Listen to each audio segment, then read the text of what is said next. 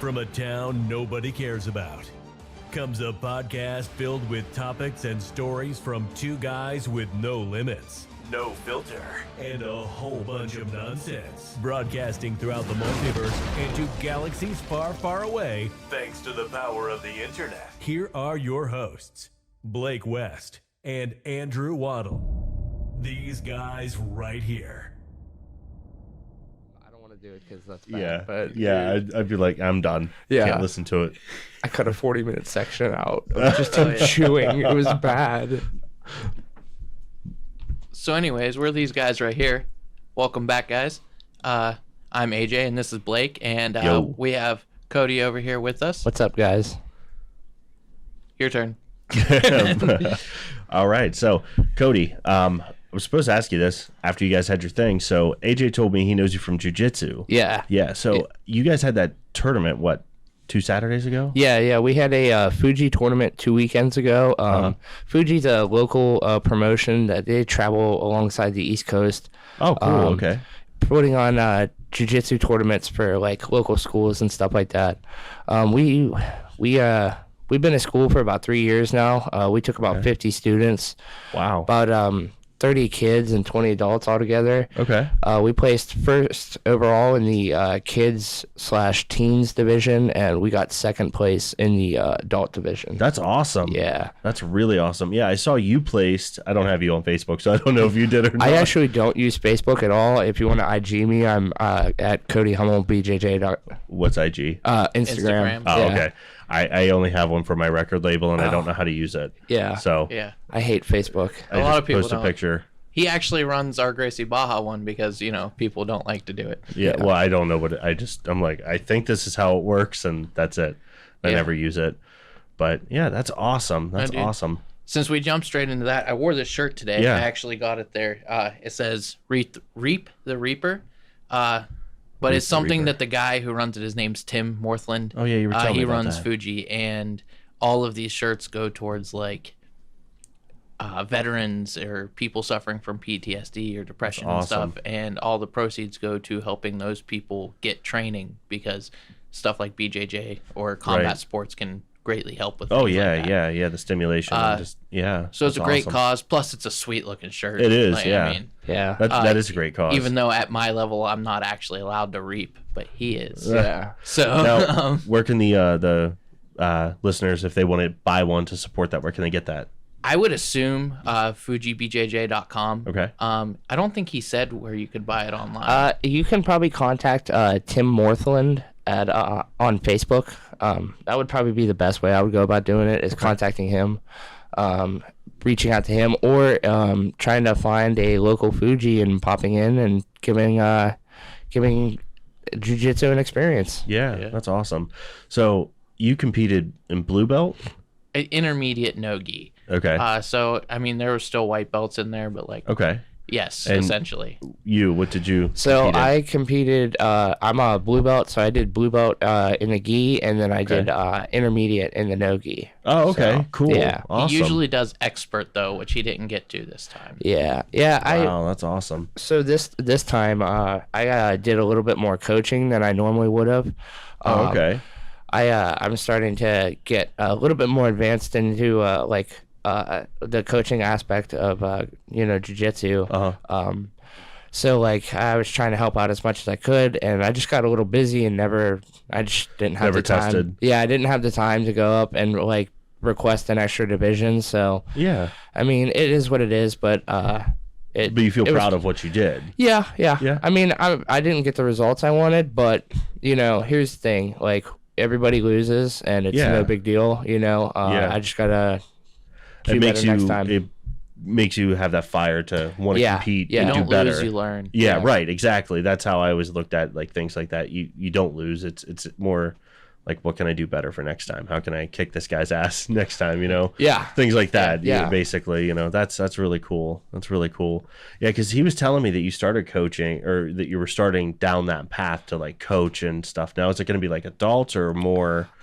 Well, right now, so like it kind of happened very fastly, but like I was supposed to just help with like the teens and the adults at the tournament, but as of this past week, I just started helping with the very small kids. So like the kids that are like ages 5 to 10. But preferably, I mean, like I'll do whatever I'm asked to do, but I do have a better relationship with like the adults and the younger teens, because they're more of my level and speed. Yeah. I can kind of convey jiu-jitsu to them a little bit easier. Yeah. I just haven't had to practice with the younger kids yet, so. There you go. Yeah. What got you guys into it, like to want to do it? Like I know when we were young, you and Jesse like used to do backyard wrestling all the time, and I thought AJ's going to be a wrestler, like he's going to go down that path, and you never did. And I'm looking now like how big of a freaking mark I am for wrestling. I always thought like that would have been badass. I could be like, yeah, I know that guy doing the moonsault off the top rope. Yeah, you know, that would be sweet. Watching AJ do a backflip is pretty priceless. It is awesome. Yeah. Blake's seen me land one before though. You haven't seen me land. Yeah, I haven't. Yeah. Real quick, I want to come back to this question, Okay. but I want to say with what you guys are already talking about. So, Yeah. I've, for people who don't know, in jiu-jitsu, we call sparring rolling. So I've rolled with this dude multiple times. He beats my ass all the time. I've seen him roll with our coach. I've never seen him more tired than at this competition running around trying to coach these kids. Really? Like, it was literally like, he's sitting here teaching this kid or coaching this kid, and then it's like, Cody, this kid needs a coach, and he goes running across the room. And yeah, I don't think I've ever seen him that tired and that drained. And that's more of a mental draining more than physical, I'm sure. Honestly, like by the time, because this was a really big competition, and I mean not just for us, but there were a lot of other gyms there. Just 300 alone, plus people. Yeah. So like Cobra Kai, Miyagi-Do, Yeah. Eagle Fang Karate, like all those guys. Bust out the, Dude, Cobra Kai shirt, I had one on the cast too. That's awesome. Yeah. I want to get an Eagle Fang one next. got to. Dude, so I was at Hot Topic the other day, right? And they have like 3 different Cobra Kai shirts. That was one of them. Yeah. That's cool. The regular one, which I believe is the one you have. Oh, that's the strike first, strike fast, no mercy. Yeah, I have. Strike hard. I have the other one too. But That's awesome. That's the one I wanted, but they didn't make it in fat guy size. So shout out to my mom. She bought this for me. yeah, Thanks, shout Mom. out Cody's mom. Yeah. But you have like the traditional just Cobra Kai. Yeah. So they had those 3, and they had Eagle Fang, but they had no Miyagi-Do t-shirts. Which is weird, man. Right. Like, Like if you're gonna do it, go all the way. Don't just go, stop here. Yeah, like come on. Yeah, That's so awesome. I know we're gonna be all over the place, but what are you guys? Are you Team Cobra Kai or Team Miyagi? Eagle Fang, You're Eagle man. Fang? I hear that. Yeah.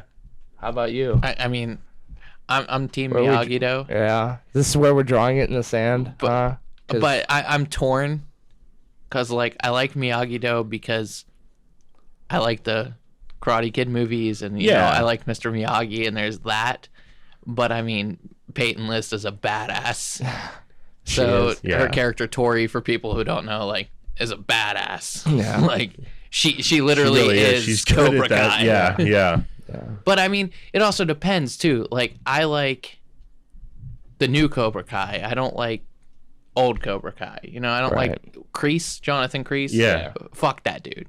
I mean, he was just a dude trying to teach his kids how to defend themselves. Then that asshole Daniel LaRusso comes in, kicks over, breaks the girl's boombox, steals the dude's girlfriend, breaks, punches him in the face. What a dick. Yeah, I mean, he's the bully. Yeah.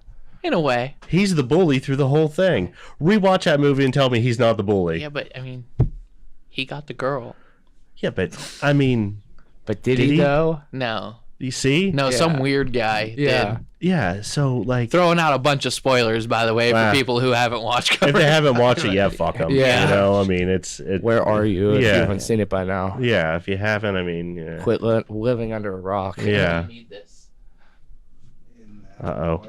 What are we doing? Got to get that plugged in.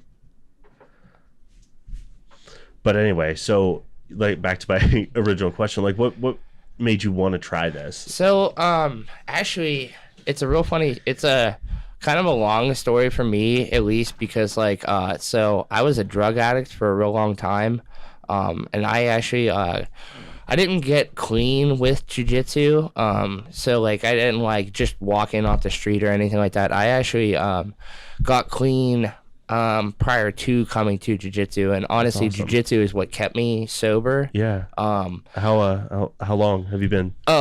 Since 2017. Congratulations. Thank man. you. That's awesome. I've actually been clean from heroin 2 years longer prior to that, but that's awesome, man. Keep it up. Honestly, alcohol took me further places than like crack and heroin ever took me, you know. So but yeah, I actually our coach Timothy Mishu, his brother Gabe, I knew him from high school, and you know, he had some problems with just like some anger issues and stuff like that. Not trying to put his business out there, but I saw something like in him that had changed that like I'd never seen before, and I wanted what he had, so I just came down to the gym, and now I basically live there. So well, that's good. I'm glad that it's helped you with your sobriety and finding that inner peace that you need. That's great. Honestly, jiu-jitsu like saved my life in more ways than one, just because like I was a very not nice person. Just, I mean, not even just like with drugs and alcohol, but just like how I lived my life. Just in general, you know, just like, your outlook. And I mean, I was very destructive, abusive, you know, emotionally, physically, in every which way possible. I mean, when I say like I'm a piece of shit, there really aren't too many other people that can sink as low as I do. I know that's, everybody says they go low, but from what you've come from till now, and you know, but that is an amazing transformation, you know, and I'm sure you're like, you don't feel like mentally like I'm stuck in that gutter anymore. You know, you feel like, okay, it's a good day. I'm up and I'm doing something and I'm feeling better about myself. And that's great. Honestly, if it wasn't for Coach Tim, I mean, like I pretty much had a lot of, I don't want to say my demons done by the time I got to jiu-jitsu, but like, man, he put in a lot of effort to me to get me to where I am now, and I will never be able to repay him for the opening his doors, giving me the opportunities that he's given me. And so a huge shout out to him, because I wouldn't be where I am without him. So that's awesome. That's a really inspiring story. Like, you know, like I'm terrified to get into combat sports, but that made me like go, okay, that's cool, man. It's honestly, you know, it's not that bad. I mean, like I'm not gonna lie, our gym goes really hard. Like when you think of sparring, that's like literally what we do. Like it's that tough, you know. But like also at the same time, you also get some of the nicest people there that just don't try to beat you up. Like they try to beat you up without beating you up. You know? Basically, like, can this guy hang? Yeah, you know? pretty much. You know, it's pretty much how far can we take you out into the ocean and see how far you can swim. That's awesome. It's really nice just because like we have people with different varieties of backgrounds. I mean, we have police officers that train there. We just started implementing our Adopt a Cop program, so we're starting to get more officers to come in and train, which that can save so many people's lives, not only their own, but getting them the right training that they need to help in bad situations. You know, hopefully they control the situation instead of pulling their gun. Right, exactly, and that's what we need. We need more of that. That's great that you guys are doing something like that in the Weirton area, you know. Oh yeah, well, we're actually in the Beaver County area. We're in Pennsylvania, but we're not too far from Weirton. Over there. What about you? So hold on, I'm gonna comment. So when I first started, like, you know, the type of people we hang out with, you know, like the punk and metal scene and all that stuff, you know, when I first saw Cody, like, I knew this dude listened to metal. You know, and like, was it my teeth that gave it away? No. No, you can. It's the prison tats. But it's not so much that. It's like normally, like when you listen to that kind of music and you're around that so many, you could just kind of like eye somebody up and go, yeah. But you know, like you could see, like, and when I say rough, I don't mean rough like he looks haggard, but like, but I do. He looks like a rough dude. You know, like he's maybe seen some I wouldn't shit. fuck with him. But you know, like I'm soft. I'm really soft, I swear. But like, you know, and then getting to know him and him starting to tell me some of all this backstory, I would have never guessed any of that. To be honest with you, when I first met you, I'd have never guessed that. You know, and when he says like we go hard, we do this. It's not like the old school mentality, like, oh, I'm going to pick this guy up and slam him down 87 times and hope he leaves. You know, it's not like that. It's you go hard in a different way. It's not like that. But like, for example, a friend of mine, Angela, she just recently started doing it, and she has never done anything physical in her life. And she was telling me she wanted to like get a good workout, and jokingly I was like, you should just come do jiu-jitsu, it's a great workout. And she actually did, and now she's over a month in. She doesn't want to not go, and like she feels great. Beat up, bruised, like you come home with bruises, you come home with scrapes, sometimes black eyes. Yeah. Worse if you don't tap. Cut your fingernails, please. Yeah. Things like that. I actually scratched Coach the other day. Oh God. Oh man. But oof. Yeah. So that's what I'm saying though. Like people who you would never expect to do something like this, it's life changing for them. And you ask me, it's kind of like me. Like, yeah, I used to backyard wrestle. Yeah. Me and Jesse were actually pretty good at it. Like, yeah, we guys had, actually really were. We had timing down, and like we were good at the whispering to each other, as we were doing things, like calling each other spots. Like I used to be able to do like hurricanranas and shit like that, which were awesome. Like watching him do that to Jesse, and Jesse being able to sell it. It was so cool. Yeah, which you wouldn't imagine now seeing Jesse. Yeah, right, right. Which Jesse was still a little bit bigger of a dude, but not like now. Yeah, I can remember choke slamming my sister in the living room when we were growing up, just because that's all we used to do. Like me and my sister and all the local kids would wrestle in our living room. So I think that's just like how us people that do combat sports kind of grow up. Actually, yeah, it's a general consensus I found. Speaking of that, so Jesse's brother, like he's older, and like he would always like wrestle with us and stuff too. Him and Jesse actually made a wrestling video once where he let Jesse hit him with fluorescent light bulbs. Oh. Damn. But one day we were wrestling in their living room in the back, not in the head, right? Yeah, it was back. Okay, good. I was gonna say in the head, man. Back. That would be real bad. Yeah, but, damn. He did get glass in the back of his head, I'm sure he it's did. in the video. Yeah, damn. You remember Jesse's old apartment where he used to live, like across from Gilkison's? The one by the high school. Yeah. So we were wrestling in that living room, all right? It's like a little apartment, right? That place was tiny. You walk in and you're in the living room, right? There's a little kitchen to the right, and then there's 2 bedrooms right here. Yeah. So we're wrestling, dude. His brother choke slammed me so hard he broke the window in the bedroom. Like you just heard. That's hilarious. Choke slammed me so hard that day. Dang. And then same day I tried to do like a head scissors takedown, and like you know how like if you've ever seen it done, like you go up and like you kind of spin, head right into the side of the couch. Damn. Jeez. Wham. But yeah, we used to do that kind of stuff. And I think ultimately it did help me with my jiu-jitsu when I started jiu-jitsu. But like other than that, I started skateboarding. Yeah. Skateboarding was like my main thing. I didn't really do anything else active. You got something over there? Oh, okay. He was adjusting his mic. I didn't know if he wanted to talk. Going. So, skateboarding was my thing for the longest time, about my only real activity. But you got to also think back then I was like 125, 135. Like I was a small, scrawny dude. Now I'm fat. Big bowl of macaroni. Yeah, big bowl of macaroni. Which I haven't had in like 4 weeks now. I'm proud of you. Well, technically I did with the non-dairy one. Yeah, but I mean that was gross. I was doing really good on my diet. I think I lost about 10 or 12 pounds in like 3 weeks, so I was doing okay. I fell off a little bit, as I told you guys. I ate some pizza, but jumping back on and started hiking with my brother and doing like things like that. So I mean it's a slow thing, but Day after I'll get back there. Day after the competition, I decided to go back on the diet I started when I first started jiu-jitsu, and I'm down 15 pounds in 2 weeks. Now, do you guys do like strict vegan, like anything like that? Because I know some guys get like super into it and do that. Let's put a nail here. Vegan. Yeah, let's put a nail here and come back to that. Okay. Because me and him will talk for a while. Yeah, because I could honestly go on. I'm not a nutrition expert or anything like that, but like I've definitely tried my fair share of diets. I can tell you, at least from my experiences, what works and what doesn't work. So, yeah. I could actually rant about that for a bit.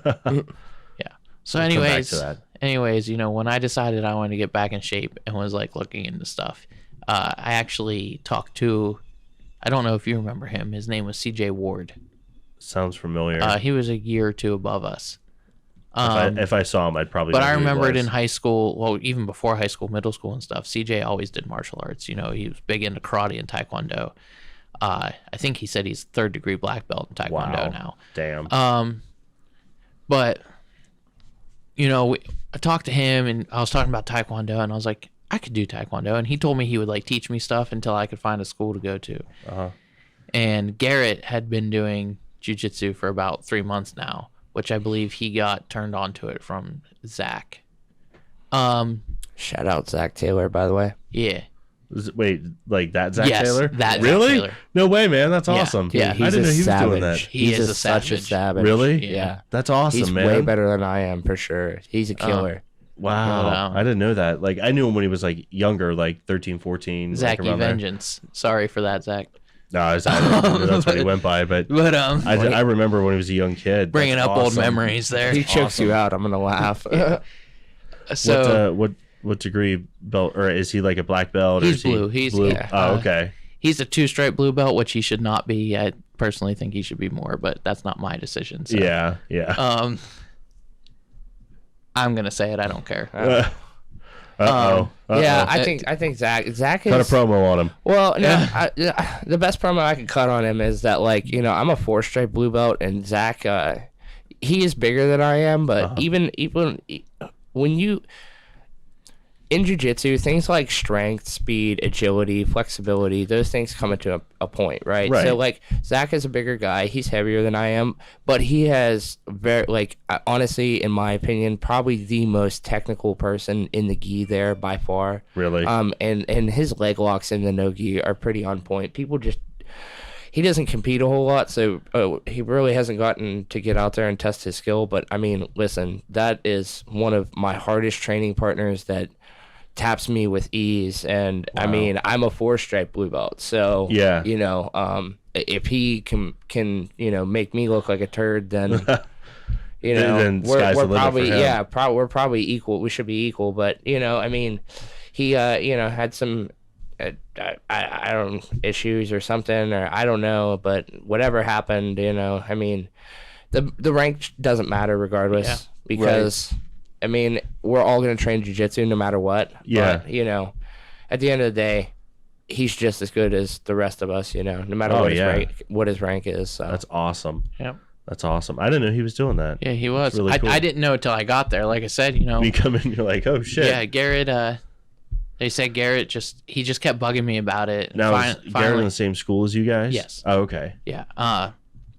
Garrett finally was like, dude, come try it. So I was like, all right, whatever.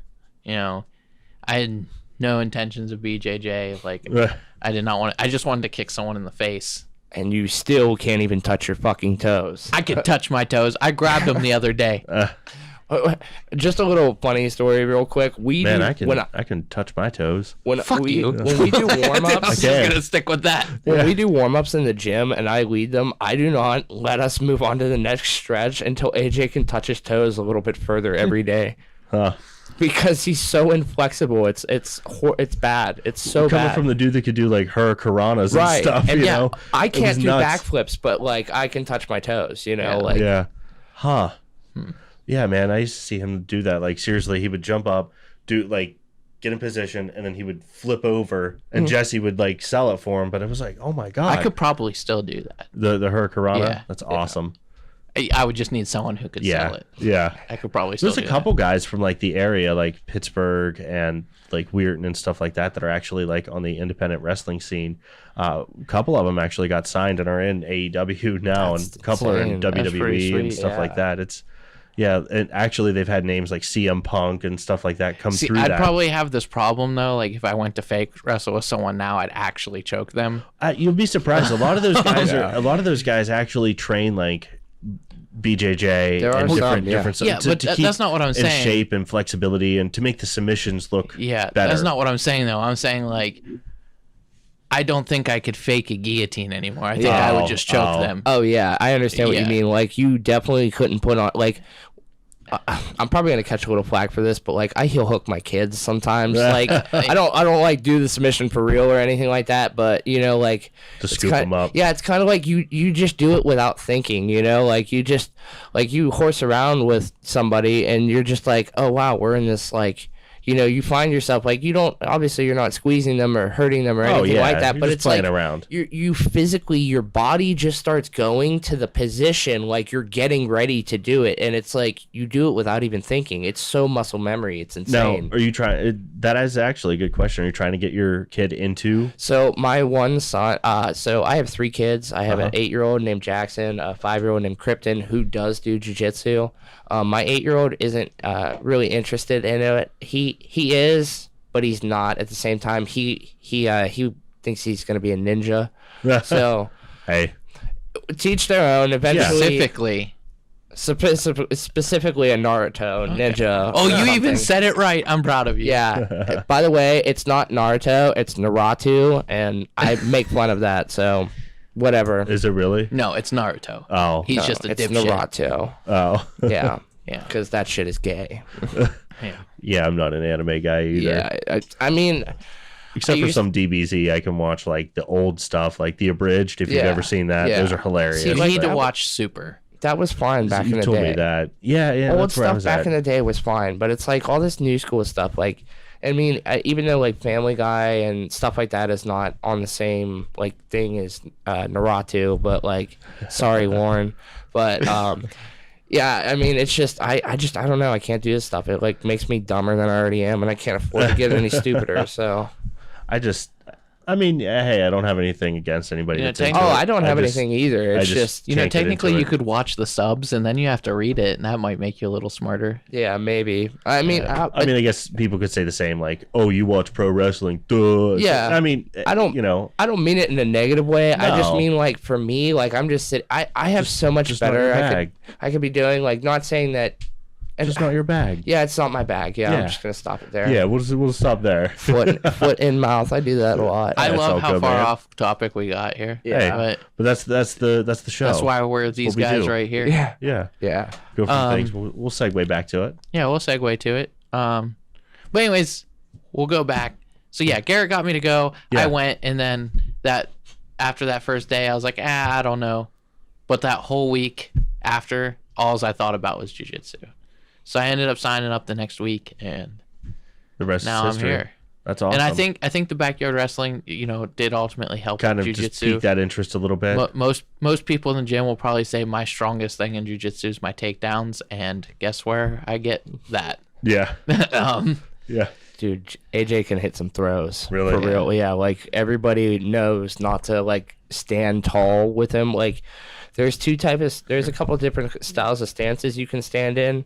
Just most basic is like a wrestling stance, and then the other is like a judo stance, for instance. So one is like crouched down lower to the ground, where you're more of a shooter. Yeah, and the other one's a lot taller, getting ready to throw somebody. AJ stands. If you stand tall, it's over. Yeah, it's like, I mean, I even know what he's gonna do, and I still get thrown on my face. There was one, I can't remember. I think my brother was showing it to me. I think it was the Habib Connor fight.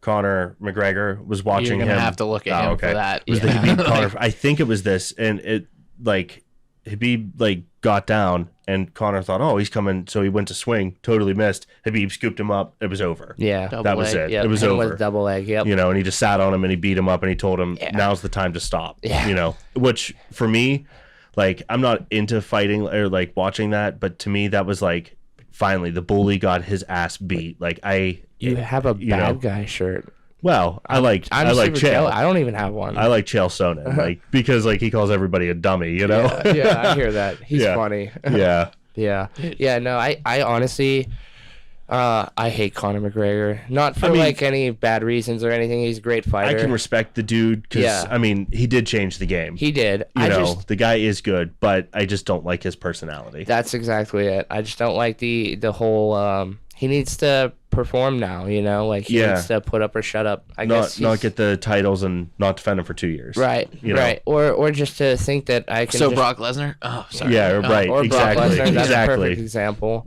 Like you shouldn't just get a title shot just because of your name. You know what I mean? And that's what a lot of like MMA has actually came into nowadays. I mean, I love watching it, but it's. In a way, it's very pro wrestling-esque. Did you know Vince McMahon had the opportunity to buy that? Mm-hmm. And he didn't because he didn't get it. And it was more of his son Shane was like, Dad, we need to get this now. And they didn't. But I mean, imagine like the way that they do the promos and they put the how they film the events. Can you imagine now if they owned that, how they would do it? Honestly, I think it would be worse. Yeah, I think it would be. And it would be weird. I don't think they would have been able to like run it. My bad. I'll move my knee. No, you're good, man. It's okay. We can play footsie. It's okay. I'm cool. Okay. Not mad. Yeah. That's my knee. Yeah. You know, whatever. Is it your knee or your other knee? That's for you to decide. I'll let you think on that. I'm glad I'm on this side of the table. Well, we couldn't reach yours anyways. Good. But yeah, I think that I left it in Pennsylvania. I think for that, if McMahon did buy the UFC, that it really would have ruined it. It would have taken the integrity out of it. Yeah, you know, and 100%. I think a lot of traditional guys would have fled to Bellator, won. Yeah. Any of those, you know, other fighting organizations. One, I mean, not that like I'm just starting to really get into like I watch a couple people in one, but man, one is really putting some stuff out there right now. Like they're really showing up now. Like the UFC better watch out. That's what my brother was saying. He's huge into it. You know, and he was like, one's where it's at right now. The next one, I think that's what over in like Japan or something like that. I think it's like somewhere in Asia. Like I think they do like a lot of like close by Abu Dhabi or something like that. Maybe. Oh yeah. Areas like that, Southeast Asia. Yeah, look that up for us, Catman. Let us know we're one. Oh, this is my total Jamie moment. Jamie, look that up. Yeah, what is it? One score. fighting championship or something like that, I think. While he's doing that, Dom, not check Jamie. that up. Oh yeah, Dom or Cat. Yeah, Pro one championship. Where's that at? I know, but this is like. I had it. Hold on. Oh, Singapore. Asia's largest sports My uncle media used to live there. property. Huh. We're gonna go back to what you just said. You had an uncle that lived in Singapore. Yeah. No shit. Yeah, he brought me chopsticks from there. That's awesome. Yeah. That's awesome. I was like 8, and that's the one I was like, bring me some chopsticks. That'd be He's cool. like, all right, fucking weirdo, but whatever. This was your pre-obsession to noodles, I take it, before? Dude, since I've known AJ, like I've known him since we were what, like 6? Something like that. First grade. so. However old we were in first grade. He's always loved 6. noodles. Yeah. Forever. Yeah. All he talks about is noodles and macaroni. Yeah. That's why I call him macaroni. Listen, so that's a good name. So he started calling me macaroni. And now this other girl at jiu-jitsu calls me noodle all the time. And the other day I walk into class, right? And so like our class is at 7, but before that's the kids. So the kids are like on the mats, you know, doing their thing. I walk in and I hear someone go, "Hi, macaroni." And I'm like, I had no idea who it was. I get my temperature checked and I turn around and it's this kid. I can't even tell you the kid's name. Never seen him and before he in your goes, life. "That's what they call you, right, macaroni?" And I just shook my head. You should be like, "No, kid, it's Machine Gun." Machine gun. Man. That's right. Yes. Machine Gun. Cat Pro and the dude. I mean, you call me macaroni, I don't care, but you know, pizza sauce and I feel whatever. like you have to tattoo a machine gun on you somewhere. You do. Now. You got to get a macaroni machine gun that shoots noodles. You got to get a Mac 10 that shoots noodles. Yeah. Yeah, there you go. Yeah. The Mac 10. Yeah. That shoots noodles. I hate you both. Get it tattooed on your lower back. Yep. Like a tramp stamp. Yep, tramp stamp it. So anyways, I saw this video the other day, right? Which apparently it happened like 2 years ago, but you would like it. But this dude in UFC or MMA, whatever, does a German suplex, right? Oh, wow. He does a German suplex, but in the middle, lets go, he catches the guy and lands in an armbar. Jesus. That's Demetrius Johnson against Ray Borg. Okay. Demetrius Johnson. Yeah. That's all you Dude. have to say. Yeah. But he's he suplexes the guy and catches the... Garrett calls it the throw bar. I mean, that's and if you could pull that off in pro wrestling, that would be a great finisher. Yeah. I mean, if he can pull it off in real fighting, I'm sure a pro wrestler can figure out how to choreograph it. Well, yeah, that's true too. Because like, you know, man, Demetrius Johnson, is he the one that just like plays video games and does jujitsu all the time? He's the one who actually got traded from the UFC to one championship for Ben Askren.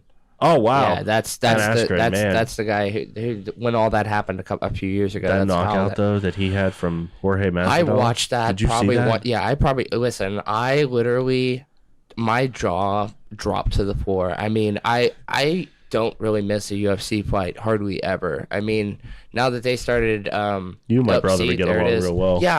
Yeah. Also because he looks like the guy. Hold on, did you see? Hold on, you got to see the throw though. That's just the armbar part of it. That's really awesome. Yeah, this is Mighty Mouse, man. He's insane. This is why they call him the GOAT. Yeah, my brother's really into not just this reason, but UFC and the only thing I saw though, I mean, obviously, he would be you guys could just get along and watch those all day. The whole time though, like, wow, yeah, wow, yeah. Jeez, that guy's like, I'm done, it's over. It's better in slow mo. Wow, look at his, dude. I'm surprised. How did he not snap that? Well, he's crossing his feet. Still though, look. No, you can cross your feet in that arm. Wow. Yeah. That's one of the ones that's okay to do. What the hell was that? That is here. Watch this in slow mo, dude. Yeah. Wow. Yeah. You better not let me take your back because I will when you're try listening, that. Dude, you got to look that up. I'm sure you've seen it, but I may fail, but I will try it. Good luck. That was awesome. Good luck. That was awesome. You German suplexed me once. I did. Yeah. And you probably deserved it. Yeah. Yeah. Dude, there was also another time we're rolling, right? And he's just being a dick to me because it's what he likes to do. Wow. It's And, fun. you know, he is doing all this like crazy like top stuff like neon belly switching and double neon belly and all this stuff. And then when he goes to get side control, you wonder how he gets it? Dude, straight frog splashes me. Like, he literally jumped up in the air and went. That's awesome. It might Did he do this when he got up from the Eddie Guerrero and then fucking... Thankfully, he was only at 155 at that time. Oh, dude, I'm not that big now. You know, Hey, like, an extra 10 pounds is an extra 10 pounds. 15, thank you. I need every pound I can get. Yeah. that's awesome. That's awesome. Yeah. You should, if you could do that in a competition to somebody, you just frog splash them to take side control. Well, you see, he's not very good at flying at competitions. AJ, so I'll say it just because I knew this was gonna happen anyways. But this one time at a competition, that can be the thing. Instead of this one time at band camp, this one time at a competition. This one time at a competition, I think it was my second tournament at Blue Belt.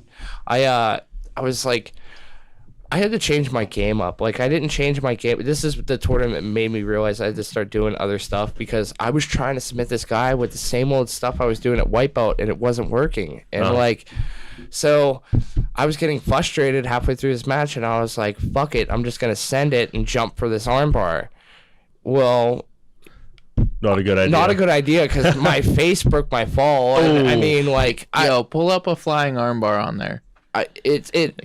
When it's done, it looks really cool, but like when I did it, I just looked like a fucking log falling from the sky. Like, I have a very good analogy, but I want you to see a flying armbar first. Actually, that was pretty cool. Yeah, that's way cooler than how I tried to do it. Wow. This is really like But so now are those guys? That's strictly staged. that's Well, I know it's staged. They're demonstrating the move. But you get the idea of it, right? Yeah. So that's jujitsu. Like that's a jujitsu move. Actually, that right there is Japanese jujitsu. Look at the markings in the background. Oh yeah, the difference. But it's still the same principle. That dude's using the hip to like step up to it. A lot of people just kind of jump. Like jump straight to it. So when Cody tried to do it, he looked like Magikarp using Splash. Oh man, I don't understand that analogy. Magikarp is a Pokemon that the only move he knows is Splash, and it's just until what level 16 or something. That sounds pretty accurate then, because that's pretty much how it happened. Do not want to bump on the table like that. Oh yeah, sorry. Gonna get upset. Shit, sorry, my bad. Didn't think Look about up Magikarp doing Splash. Corp. That's all he does. It was really bad. But I mean, like, I don't want to say I could hit flying submissions now, but I found a much safer way to try to perform them than what I was He doing. has hit me with a flying triangle before, which was really cool, even though I got choked. Oh, it was really cool until I got choked. Yeah, I mean, but he did it so beautifully. Yeah. So I'll give him credit for that. But That's I awesome. also do have a video of this flying armbar that wasn't really a flying armbar. But Well, I do have show a me video that off of the it, air. Yeah. I still you'll probably find yours easier than I will find mine, Yeah. but yeah, it wasn't fun. It was stupid. But you live, you learn. Hey. Yeah. Hey, That's I gotta give awesome, him credit though. for trying. Well, I mean, like, Dude. that's something that you could just do, like what Jorge Masvidal did, just train that all day. Yeah, I could. I mean, there are You people know? that do that. They're like, shout out to Edwin Najmi. I know, like, he's never gonna probably hear this podcast because he's like a jiu-jitsu standout. But Edwin Najmi, he's like the flying triangle guy in Brazilian jiu-jitsu. If you guys ever want to see somebody hit flying submissions, go check him out. Yeah, he's legit, and he's awesome. a Gracie Barra black belt too. So, Oh, wow. Yeah. Wow. That's awesome. Yeah. I might have to look into Yeah, that. Yeah. dude, he hits a lot of flying triangles. That's actually where like I learned my Darce details was on a video he put out. That's awesome. So That's what's up. Yeah, that's really, really cool. See, though, I got to give you credit for trying that, though, because, like, this last competition, although I did better than, my other ones, obviously, the more I think about it, I think my biggest downfall was I didn't try to take down anyone.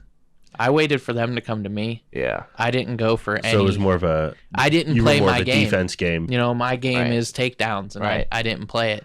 I mean, granted, the one guy I went against was definitely a wrestler, and I probably wouldn't have been able to out-takedown him. Yeah. But, like, the other guys, I mean, the one sub I got worked out pretty good. I grabbed a guillotine choke on him and then basically just spider monkeyed on him until he fell to the ground.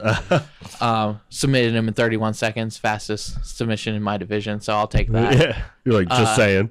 But, yeah. just putting it out there. Yeah, just putting it out there. That was the intermediate bracket, too. Throwing that out there, too. Hey. That's That's awesome, though. But I think, like, the more I think about it, like, there were obviously, like, other things I could have did better, but I think my one thing is I was too worried about failing my takedowns that I didn't try yeah. to take down anyone. And I think if I would have got the takedown, it would have definitely went a different way. Yeah. But see, that's the most awesome part about competition is that, like, you're already knowing what you need to fix for next time. Like even for me, like this time I tried to go out and do a bit more like takedowns. I tried to stand up in the no-gi. I wound up getting taken down, but I actually saw like an opportunity for a takedown that I've been wanting to learn that I should have put the time in and I didn't. And now I've been working on it, and now it's going to be one of my favorites. So, but that's the great thing that I love about competition is just because I can literally go out there and find out what I suck at the most and try to make myself improve. better. Yeah. That's awesome. Yeah. Where are we at on time? We're at 42. Oh, okay, cool. So, I can ramble for 18 more minutes. we got plenty of time. We promised a 2-hour episode, people. So if you've been in this far, just strap in. We're Yeah. still going. AJ's probably not going to last that long, but, No, it's usually about 10, 15 minutes. for Make me. sure you get some water, sorry, Caitlin. hydrate, get going. His wife hates me. I don't think she actually hates me, but we went to this dinner one time, and man, I'm sure she wanted to get rid of us. I actually I think used out of to- all my friends, no offense to my other friends, but I think you two are probably her two favorite. Really? Yeah, I used to comment on all of her pictures Yeah. like before they were married. She would like post a new picture like, "Oh, I got this new shirt today," and I would always comment gross or like ew. Just like, and she would just get so mad. She's like, "I hate you, Blake," and I'm just sitting there like crying. I'm laughing so hard, or like now that they incorporated emojis in, I'd send like Yeah. the little vomiting emoji. And her and Reinstein basically get in fist fights almost every time they're around each other. But I don't really feel that way. I just do it just to harass her because you know Yeah. why not? Yeah, Like, because that's Blake. well, yeah, and I think I didn't meet her until you guys were together for what, a couple of months, right? Psh, I don't. Dude, I that was can't 7 remember. years Yeah, ago. yeah, it was a while ago, but I remember you were like, okay, if you pass the Blake test, like if you can handle it, you're good.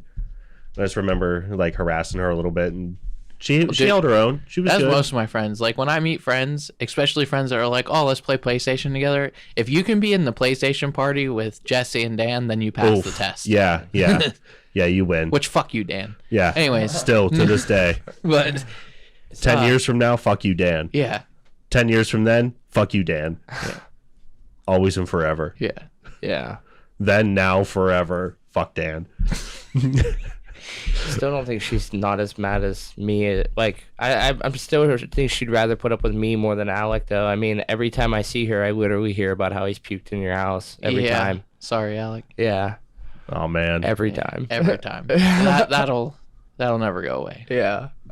That'll never go away. I think actually the last time, at the tournament, that was the only time I saw Caitlin where I didn't hear about Alec puking. Yeah, but you also called Justin Jesse. Yeah, I felt so bad. I felt so bad. But see, that's how. Big old heavy duty. Oof. That's how like scatterbrained I was, because like I was literally running in between tables, and like I saw him, and now like I don't know, for everybody who may or may not know, like I only met AJ through jiu-jitsu, so like I've only met Justin through like AJ, and we've only ever gone out to like Sushi Bomb together. So like it's only been a few like times secondhand. Yeah, but I mean I at least know who he is, and man, I just walked right up to him, was like, "Hey Jesse," and walked right past as I was going to a table, and I've met him a couple times. I don't think he would have been mad about it. He wasn't.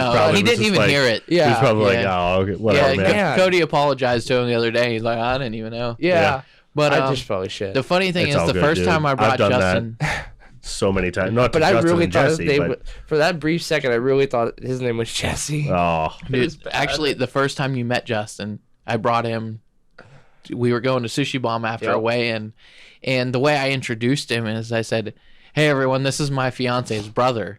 Well, everyone thought I said, "This is my fiance." Yeah. Oh. Yeah. Yeah. So the rest of the night, they're like, "Oh, this is his fiance." Yeah. There were actually a couple people that thought that Caitlin was a cover-up for you at first, buddy. Yeah, I know. Yeah. You've that told was me. funny. man. Yeah, it happens. Yeah. Yeah. Yeah. Man, Dude, oh, I man. wouldn't be surprised as much as I'm with Jesse because, you know, he doesn't drive and I take him everywhere. I bet you most people in East Liverpool think me and Jesse are I've had married. people ask me that. Oh, yeah. I'm like, Guaranteed. no. He's not my type. Yeah, I'm like, not AJ's type. Yeah. That's what I tell him. Now, Ryan Reynolds, all day. Yeah. Like, That's what I would tell people. I'm like, no, man, like they're not together. It's not AJ's type. Yeah. But yeah, yeah, that's funny that you did that with poor Justin. He's probably like, Yeah. no. Oh, well. no. Oh, well. Now I want Sushi Bomb. Yeah. You Where I is guess you that did, up in yeah. Robinson? Yeah. Okay. It's so worth it. I don't like sushi, but I've heard about it. Is that the one where like you pay like $1 squillion and you get like as much sushi as you want? If a squillion, you mean like $18? Well, Yeah. 22 Oh, I thought it was more than that. I Except- thought it was like $60. Whatever you do not take 6 or more people up there, because then you have to pay this gratuity, and it is dumb. Like, I don't understand. Like, I Oh. tip very well, but like, you don't need to make me. I'm gonna give it to you. You don't need to make me give it to you. Yeah, yeah. But here's the thing: if you think about it, if you get a drink, like, because we just get water sometimes, but if you get a drink, dinner price, it comes to like $22.50. All right, 20% of that's like $5, right? That's what I would leave. Even if it was like less than that, I leave at least $5 usually. Yeah. But if they charge gratuity, they charge is like 10 or 15%. It comes out to like $2.30 something.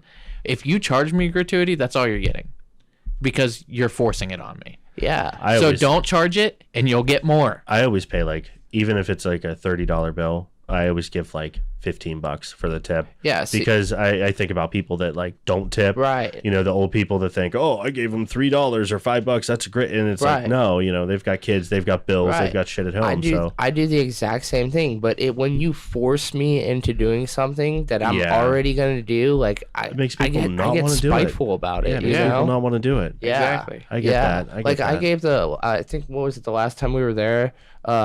The guy Martin that like knows my kids' name. That's how often we go there. Like, I gave him a $30 tip because like he's the best. He always Yeah. takes care of us.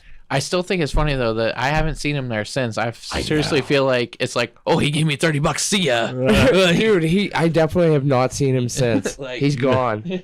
He got his $30 and is out. Yeah, he's like, that's all I need. Yep. That's all I need. Man. That's not good. Yeah. But you know what? If $30 was all that made it to him, then hey, more power to you. Yeah. You just made that guy's life. Yeah, $30. Yeah, maybe he invents like a new app called like Words with Comrades or something, instead of Words with Friends. Big hit in Russia. Well, I mean, I'm just saying he should definitely come back when I want to eat sushi because that guy's got my order on point. So. Yeah, he just sees you and he's like, yep. Pretty much. You guys were on point with that. But there's this one lady that I constantly offend every time we go there. I'm always making I make a lot of inappropriate jokes when we're out fooling at Sushi Bomb, and there's this one lady, and I'm so sorry, but she always comes up at the wrong time. Yeah. Oh yeah, you were telling me about this. Yeah, dude, like you guys will be. He was talking about like beating dicks off or something like that, or I don't know, something along the lines of dicks in or around his mouth, and she was standing right behind him, and then she's like, "You ordered more?" Eating a bag of candy dicks because like back when I was an alcoholic, I knew this guy who literally like as a birthday gift ordered me a bag of candy dicks, and they were like little runs. To Sam? No, that's confetti. Oh, okay. And I was sitting there talking about how I had a bunch of like little candy dicks in my mouth, bag of and dicks, she's and she literally walked up to bring me my sushi plate, and she's standing right here, and I'm talking about dicks in my mouth, and she's like, "Awesome," Yeah. Although the last time we were there, Bad Timing Awards go too. Yeah, last time we were there, it was me, but that we're not going to talk about on the air, but I'll tell you about it later. Yeah, that was quite funny. My brother told me he goes to get wings at Luann's right there on I think 68. Luann's, yeah, he goes up there all the time. Well, used to. And he said there's this server up there that she's like weirdly into him, but he's like, Didn't we have this conversation on the pod? Oh yeah. think When we he was did. here, where he talked about the hot balls. Yeah, and she's, like, because looking at him. the topic was about wings. We talked about this last She's like, hot balls. Yeah, 2 weeks she's ago. Creepy. Yeah, she was creepy. We've been on hiatus for a couple of weeks. So good. Well, one of us has problems getting into Ohio right now, so Yeah. not going to talk about that too much, but stinking cars and stupid stuff That's all good. like that. It's all good. Dude, and I brought him in all back roads. He's like, "Man, you're really smuggling me into Ohio right now, aren't you?" I really felt like I was being smuggled, like a prison inmate. You're like, where are you taking me? Yeah, like it was bad, but I mean, it was easy getting here. So Yeah, that's I don't mind. good. Yeah, we got here. Yeah, It's a good time. yeah. Just took the scenic route. That's all. Got breakfast. There you go. Shout out Quality Time, who makes the best breakfast wrap ever. Thank you Quality guys. time, huh? Dude, Yeah, Quality Time. it's a great place. Sounds good. But its name. So Yeah. like the one day, I was leaving for class and Angela was going with me and I was like, "Hey, you want to go early? We'll get breakfast." She said, "Yeah." So I messaged Cody, right? And I'm like, "Hey, me and Angela are leaving to get some quality time before class. Do you want to join us?" And I was like, "Oh, that sounds terrible." Yeah, and then you're like, I didn't Ugh. realize, Yeah. but yeah. it's actually called Quality Time and Carry Out, but I just call it Quality Time. Yeah, I'm sure like 95% Dude, it's a real of cool people little do, place like- because they make food and stuff, but they have like board games there. Like Yeah. you can like pull Huh. board games off the wall Yeah, like and sit while and you're play eating. board games and that's stuff. something. It's very Yeah. family oriented. It's a very nice shop. If anybody's ever in New Brighton, I recommend stopping there. Oh, it's like, is it near like the hot dog shop up there? Yeah. Okay. Yeah, it's like 2 blocks down the road from there. Nice. It's a like, block you down go the through- road from Hereafter Tattoo. Shout Yeah. out, Oh, I didn't know that's where that was at. Yeah. I thought that was in Liverpool for Nope. some reason, or I had no idea that was in New Brighton. In one of our podcasts, I do a big old spiel about where it's Yeah, at. Yeah. I think you did. And, Yeah. my brain, you know how my brain is. Yeah. That's awesome. That's cool. Man, all kinds of plugs today. Yeah. We're plugging everything. Oh, yeah, dude. My new hat for the Yeah, record dude, he's store. got his butt plug in, and we're all good. I made it a point to want to shout out a bunch of people. Like I was like, yeah, I'm gonna totally podcast this shit up. Like I'm gonna shout out people and make all this. Yeah, well, we'll see how it goes, but It's all good. yeah. It's all good. Yeah, Yeah. He'll find a good sound bit and Well, I've never put it done a on there. podcast before, so I gotta get my licks in while I can. We just- So Popped his pod cherry. Oh. yeah, my pod It's- cherry. Yeah, It's a lot of fun. Interesting. It's a lot of fun. It's I haven't had cherry a cherry in a long time. Oh, Yeah. I ate one last night off my I've Sunday. had a cherry fruit. I just meant like an actual metaphorical cherry. Yeah. So yeah, that's awesome. yeah. So this is your first one, huh? Yeah, it's the podcast. first one. That's cool. First one. That's cool. Yeah. He actually told me he's thought about starting his own on jiu-jitsu and You stuff. should. And I Yeah. think he should. Yeah, you 'cause- really should. I mean, honestly, like I mean, so far we haven't done like a whole lot of jujitsu talk, but like, I mean, I honestly like, I love jujitsu. Like, all I do is jujitsu, and here's kind of the intro kick to it. But Dude, I mean, straight up tell it's him just- what one of your days is like. Okay, so right now, so I get up at 5 o'clock every morning. I'm at the gym at 6. I'm at the gym from like 6 till 8:30, and then I drive out I go to shout out to Brady's Run Fitness, the best gym in Beaver County. Definitely go there. Like Jeff and that Brady's Brienne. run? Like- Yes. Yeah. Oh, no way. Jeff and Brienne are the best. Definitely, guys, go check them out. I love that gym. They're the best. But yeah, so I'll be there from 6 to about 8:30, and then I drive over to the YMCA because driving all the way back home for me is just too much waste of gas. So I drive to the Y and take a shower, and then from there, I normally stop at like Quality Time or shout out to Waffles and Caffeinated in Beaver. I just discovered that place the other day. Oh, dude, they're so good. You should go on Mondays and get their magic breakfast. All it is a waffle and eggs, but it's so good. And you got to get the bourbon syrup. But I'm gonna wait about 10 more pounds before I do that. yeah, you should. Yeah. But yeah, so like, anyways, I'll do something like that because, like I need it because I'll be training from 11 to like 12 because I run a morning class at Gracie Barra from Monday through Thursday. Really, we do it Monday through Friday, but the Friday one is not on the schedule. Yeah.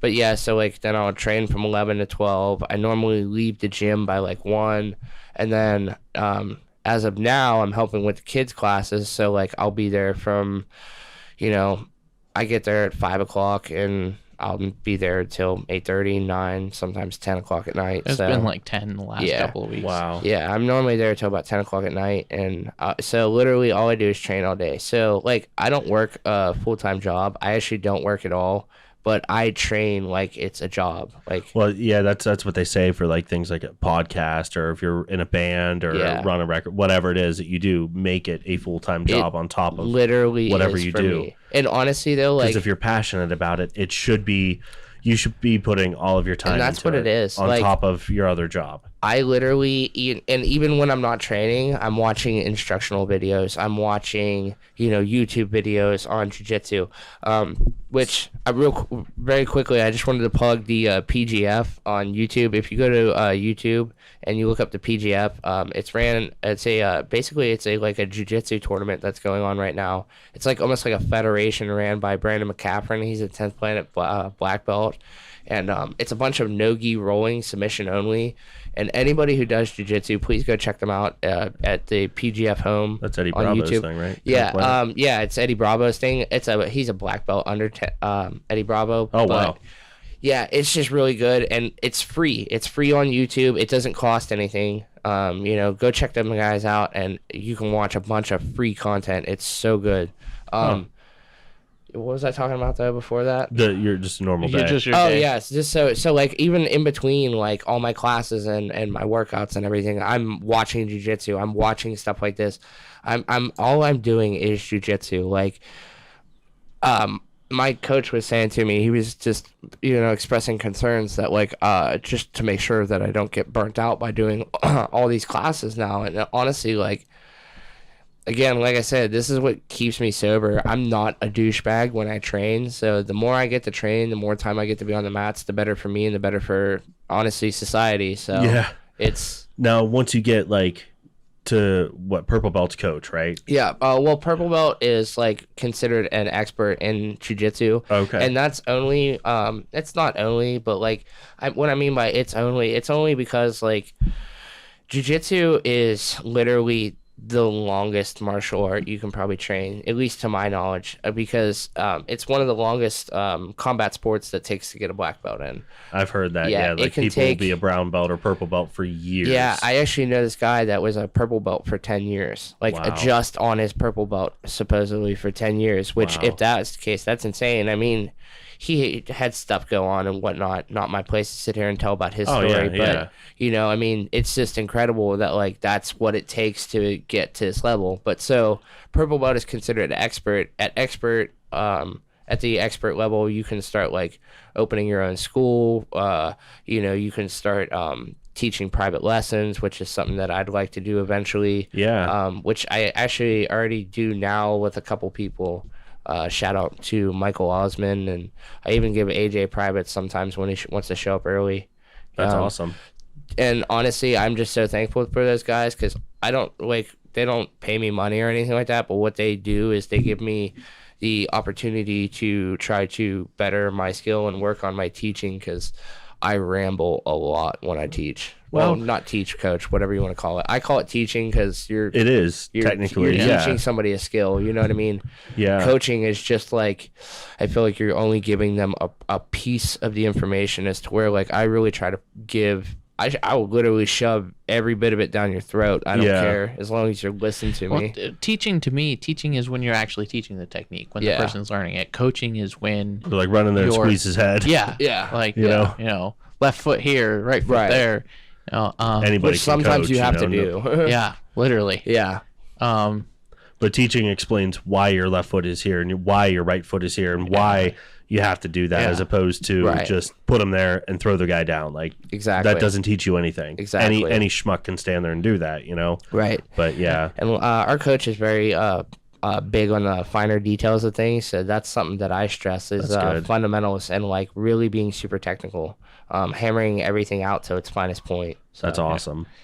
Now, when you reach like purple belt or coach status or whatever, can you technically is it like a license thing? Like you could start getting paid to help and teach those classes and do and get paid for the lessons because you're not technically an expert yet? No, I don't really know about that. And honestly, like I don't want to say I'm not like worried about like money or anything like that, but like I'm not worried about money. And it's not because I have money. I'm actually like more poor than everybody. Like, and I don't want money. Like, because you feel that would just kind of ruin it for you. You no, think more of I a job? So like I heard this on a podcast. Shout out to the Finishers MMA podcast. And also shout out to Zach Meslany and John Holland who run that. Or Jam On who run that. But anyways, the point is he said something to me that made perfect sense. He said, my main goal in life is just to not do the things that I don't want to do. I want to do what makes me happy, and that's it. And so like that's honestly like what I'm doing. So like as far as money and stuff like that, that'll all come. Like I said, I am right now just working just for the mat time, just to be allowed to train whenever I want and do whatever I want. But you can start getting paid for private lessons at purple belt, you know what I mean? You could like if I were to go open my own gym, which would not be advisable. And that is not something I'm planning to do for a very long time, but like there are people that do it. Like our coach opened up his gym as a purple belt, but he was also very established, and everything, like completely different situations. It takes years to get that status and be established. I can start like doing stuff like that. It does. It's not like an actual license to, but it kind of is like a unspoken word of, okay, now you've kind of, I don't want to say made it, but basically a purple belt is a black belt who just hasn't been around long enough. That's basically like how expert it is. Like that's because like I said, I mean, it could take you anywhere from 8 to 15 years to get a black belt. You know what I mean? If you're only coming in once or twice a week, it could take you forever. Also depends on your other belts too. Like I'm in line to get my blue belt here soon, which is close to 2 years. Whereas you got yours in like a year and 2 months. I got mine in 13 months. So a year and a month then. So, it just all depends on skill level and, how much time you're putting in. I took 4 months off. If I wouldn't have took those 4 months off, I'd probably already have it. But, I'm not worried about that. Yeah. But, like, that's also the biggest difference from going to white belt to blue belt. Most white belts get their blue belt anywhere from a year and a half to 2 years. But blue belts, it could take longer. So, if I go and compete as a blue belt, I just became a blue belt, but I could be competing with someone who's been training for 5 years. As a blue belt. Yeah. Right. Okay. Like, so that's kind of like where you're at with that. Yeah, like okay. the different story. Like, even with me, like taking, almost 2 years to go from white to blue, there are some people who can go from white and karate to black in that amount of time. Right. So like there's, when he said there's a big difference in how you rank up. Like, I know it's a really like, you don't see 16-year-olds walking around with black belts on in jiu-jitsu. No. Yeah. And if they do, it's there's probably like a fake one. There is, or they're a real Gracie. Well, yeah, but I mean, even at that, I mean, isn't the youngest black belt like 19? The youngest, Hickson. I forget how old Hickson was when he got his. The youngest black belt that I know of is and everybody can say what they want to say, but 10th Planet is recognized as a system in the jiu-jitsu community. So whether you like it or not, I mean, Grace Gundrum is the youngest black belt that I know of, and she got her black belt when she was 18 years old, and she's actually, to my knowledge, still 18 years. She just got it last June or July, I believe, from Eddie Bravo. So, I mean, that's he doesn't give those out lightly. It's not honestly, he caught a lot of flack for it. Because like, there are certain ages in the IBJJF, which is like the major federation in jiu-jitsu. They basically will like. They basically put a timestamp on how long you're supposed to be, like air quotes, supposed to be for those who aren't listening or aren't viewing the video. It's like you're supposed to be at this belt level for so long. Like X amount of years. Like, and for things instance, like that. Pedro Marino, you know who he is. He's a high-ranking GB guy. He just got his black belt, but he's only been training jiu-jitsu for like 6 or 7 years. But they were kind of like, from my understanding, what I was told, I don't know how true that is or not, they were kind of holding him back a little bit because he didn't have like the time in, you know what I mean? So, it all depends on like how you want to skill and grade your people.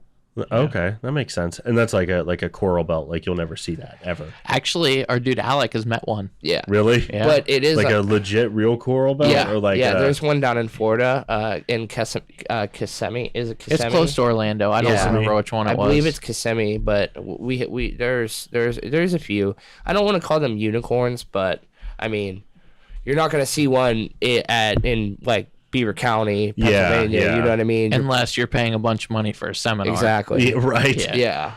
Yeah, like I know like I've heard different things, like, I'm sure you guys have seen him. There's a guy on YouTube, and I can't think of his name right now, but he has this thing that he calls bullshito. Yep. Like people that make up like, oh, I'm a 6-degree coral belt and ninth Dan and karate and all this, and they open up their own schools on this lie, and they have somebody else that's in on it with them, and they'll go, watch, I hit him right here in the pressure point, and the guy falls for him. Everybody, oh, take my money. Well, there have been real guys that have gone in like, okay, my ass. They call it a you are. McDojo. Yeah, There's the guy who does it's called McDojo on YouTube and Instagram. That guy, and like you'll watch real guys like you go in and go, okay, try that to me, and they'll do it, and they'll like snap his, like put him in an arm bar, and he's like freaking out and tapping, and the whole place like can't believe it. Yeah, and it's like a cult mentality almost. It's terrible, It very much is. That's the just like with mechanics, everybody tries to take you at your word, but like people come in and they can just spill this stuff to you like it really works, and people will buy it. Yeah, it happens all the time. Yeah, that's awful. It's a shame too, because like, especially coming from like like the school that we train at, it's like, you literally like after seeing some of these like self-defense techniques, like they may seem stupid to you, but dude, tell me that like if you were in a real street fight that like some of this stuff would not save, or tell me this stuff would save your life. Like, there's a lot of it. And there are people going out there and paying for this bullshito shit, and it's like you're gonna try that on somebody and you're gonna get yourself killed. I mean, right. And now, don't get me wrong, nothing beats a gun. But like, if you're in a hand-to-hand combat, I think a bazooka hand-to-hand would beat a combat gun. sport, Huh? A bazooka would probably beat a gun. Yeah, but you know what I mean. Like, Yeah. you're not just gonna go punch somebody in the face and beat a gun. Like, There was some guy. Unless you're already close combat and you know how to disarm. I think it was. But if you're not close combat, you're screwed. you know what I'm saying. I think it was like, Boss Rutan. If you know who, Yeah. if you're familiar with him, of course, yeah. look him up, AJ. He's a badass. I know who Boss Rutan Oh, okay, is. okay, yeah. Gotta know who the And boss is. he went to one of those things, and it was a guy teaching like Krav Maga. Yep. And he's like, "Oh yeah, see, all I have to do is reach up here and hit you in the eyes and do this, and you're disabled." And Boss Yeah. Rutan went, "Okay, if this was real life, and you went and you like hit me in the balls like that," he goes, "You know what I would do? Take your neck and go." Yeah, exactly. And he said, "That's what you would do in real life." Like- He said, "Nobody's gonna just be disabled. Yeah. You do that, you're gonna make somebody angry. Yeah, it's gonna hurt, but they're gonna break your neck. "Oh yeah, You know." So I've been sitting here debating this in my head, and I decided I'm going to go ahead and do it. But after Go I ahead tell and this do it. story, we're going to take our break. That's fine. But so we actually had someone somewhat recently who trained in a different martial art than jiu-jitsu and claimed that jiu-jitsu wouldn't work. oh yeah, And, yeah." So I they came to remember this. your school and Yes, yes, Oh. yeah, And did they tell coach that? yes, yes, yeah, they said that they trained, you know what I'm going to say it, Wang Chung yeah. for 10 years. No. And literally said on the phone, I don't think this stuff's going to work. But I'm not gonna stop him. But like, it happens all the time. People really think that that's like our coach gets those kind of calls all the time. Yeah. And Oh no. it's just it is what it is in the martial arts community. Yeah. So this person came to try the class, and the whole time just said, this stuff doesn't work.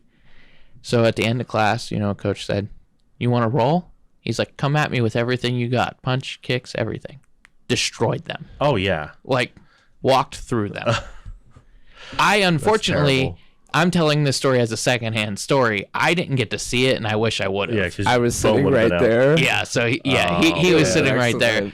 excellent. It No, was that's the Hollywood thing, right? The Wing Chun. kind of No, stuff. there's other Is that stuff more to of the it. Bruce Lee thing? so. I mean, like, I don't know much about Wing Chun, like as its origin. Dom's about to do his thing, Yeah, but regardless, it sounds like a fake martial art. It does. No, Yeah, it sounds because made up. It's not. actually- It's not. But it sounds like. Believe Yeah. it or not, there are people like Tony Ferguson and Anderson Silva who actually use some Wing Chun in their traditional UFC Chinese. fights. So like they do have certain things that like that Southern can be Chinese. used to help. But like for instance, Okay, right? IP, Like man. the common argument that I'm going to give to people is this, right? How does a fight start? Right. 9 times out of 10 standing, right? Yeah. So I punch you in the face and we fall to the ground, right? And you train a stand-up only martial art, right?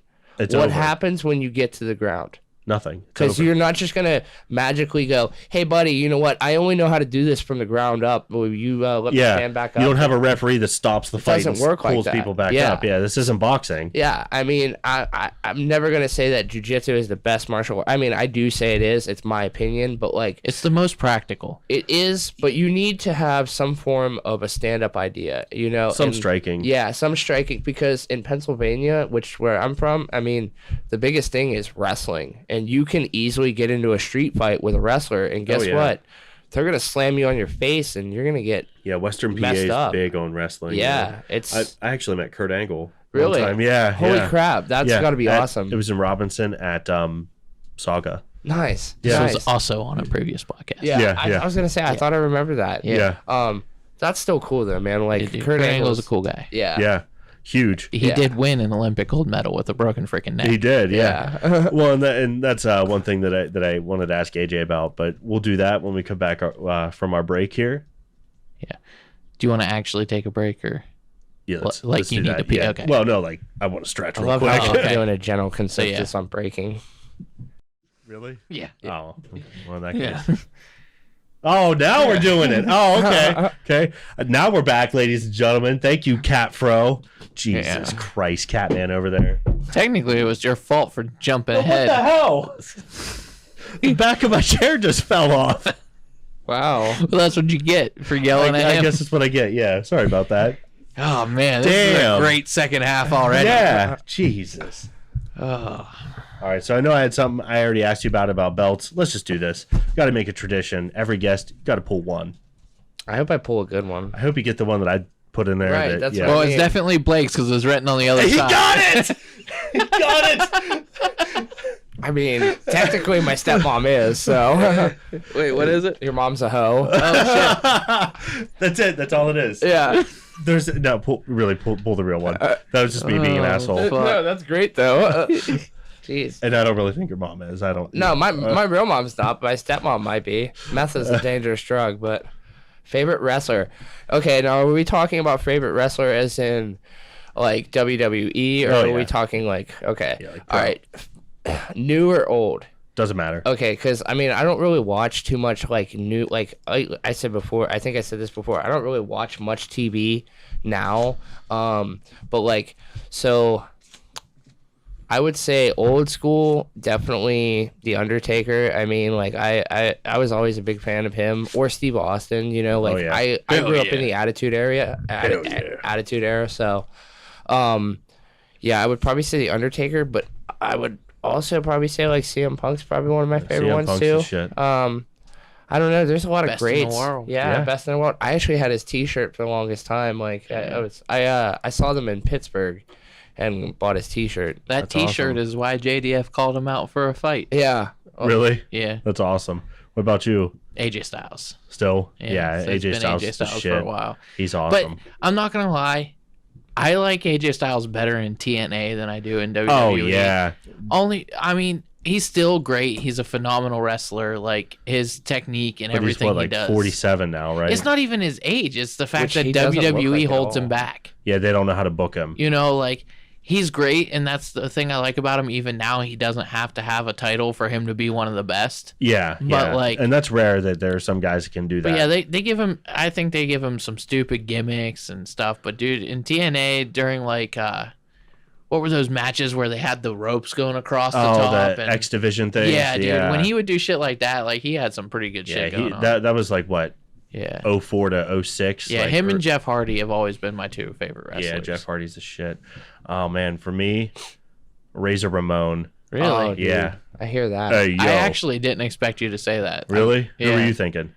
For you, I don't know who I was thinking, but I was definitely expecting an AEW wrestler for Oh, yeah. sure.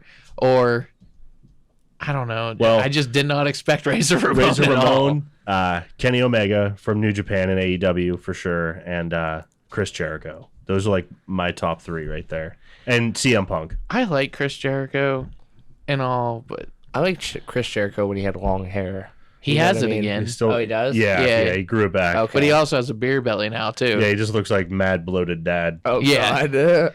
But he's still like really good on the mic. Yeah. Yeah. And I forgot to put MJF up there. I fucking hate that dude. He made fun of Power Rangers. That dude is like Fuck the that best guy. promo ever. No, dude made fun of Power Rangers. Fuck that Well, guy. that's the point. Like he's supposed to make you hate I don't him. care. Kick him And in the he balls stays. if I see He him. like in real life, he will still stay. He won't Oh, break yeah. kayfabe. Like, did Yeah. you see the video of him where the little kid was trying to get something signed, and he turned his back to like get a picture, and he turns around and goes to the little kid.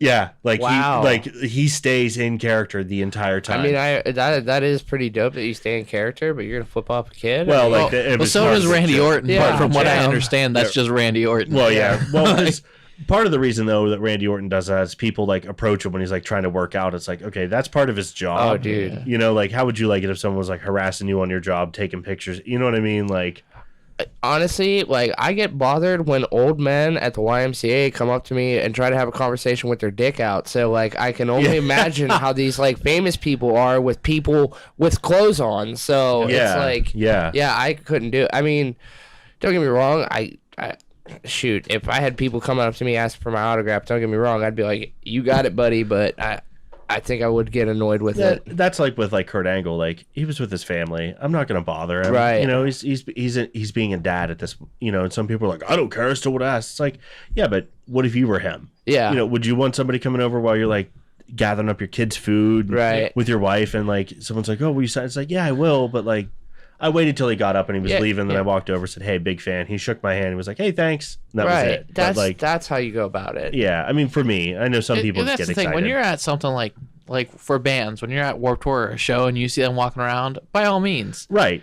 But like if you see that same person at Walmart, like they're just trying to get their shit and get out. Yeah, you know, they're not. That's not what they're there for. They're just the average dude. You know, they eat, they sleep, they drink. You know, like we all do. Yeah. They just happen to be famous. You know, happen. Yeah. But from what I understand, like, don't quote me on this or anything, but I actually read a story once where that's why Emma Watson didn't finish college. Yeah, you were telling me about that. I heard that. Yeah, because, you know, while she was in school, like, everyone just bugged her about being Hermione. Wow. That would be annoying. It would be. Yeah. You know, like, so you got to think, like, a lot of us, you know, there's people who, like, idolize these celebrities and stuff, but honestly, their lives are probably shit outside Oh, yeah. you know, like, I mean, what you see. Look at, like... Lindsay Lohan and... what was it, like... Cocaine is a hell of a drug, bro. Well, look at, like the ones that happened to, like, the women from WWE recently, like that Sonya Deville, that guy that, like, broke into her house, happened to Paige, and her boyfriend or husband knew jiu-jitsu and was able to, like, subdue the guy until the police came. But I mean, like, that's scary, you know, and that happens on both sides, like to men and women. Like, that's scary. The people, that's a whole different type of mental illness, thinking like, oh, they're gonna love me no matter what. And it's like, you just killed my family in front of me. No, yeah. Well, like, you saw that whole thing with John Cena. Like, I think they ended up talking about it on wrestling and tried to make a storyline out of it. But there's a reason he hasn't been on wrestling in so long. Like, he went and, like, soul searched. Oh no, I didn't know that. Like, what happened to him? Just all of it.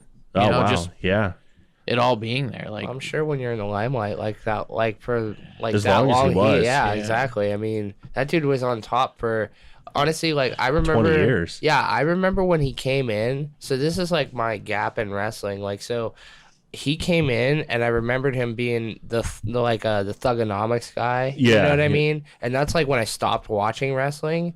And I think it was like 10 or 15 years later, I started watching it again, and like he's still there. You know, like on top. Like, and like I like went back and did research, and he was on top pretty much the entire time since then. It's like, how do you do that? Yeah, and like that's the thing. Like, people are like, "Oh, I hate John Cena." It's like, really? I mean, he's the #1 T-shirt seller. Mm-hmm. He's the biggest draw. Yeah, you know, he's one title win away from beating Ric Flair. Ric Flair. Right. I mean, like, he's the guy. You can hate him all you want, but you know, once your guy that is in the crummy like deathmatch wrestling thing can make that kind of money, shut up. Right. You know, exactly. Sit down.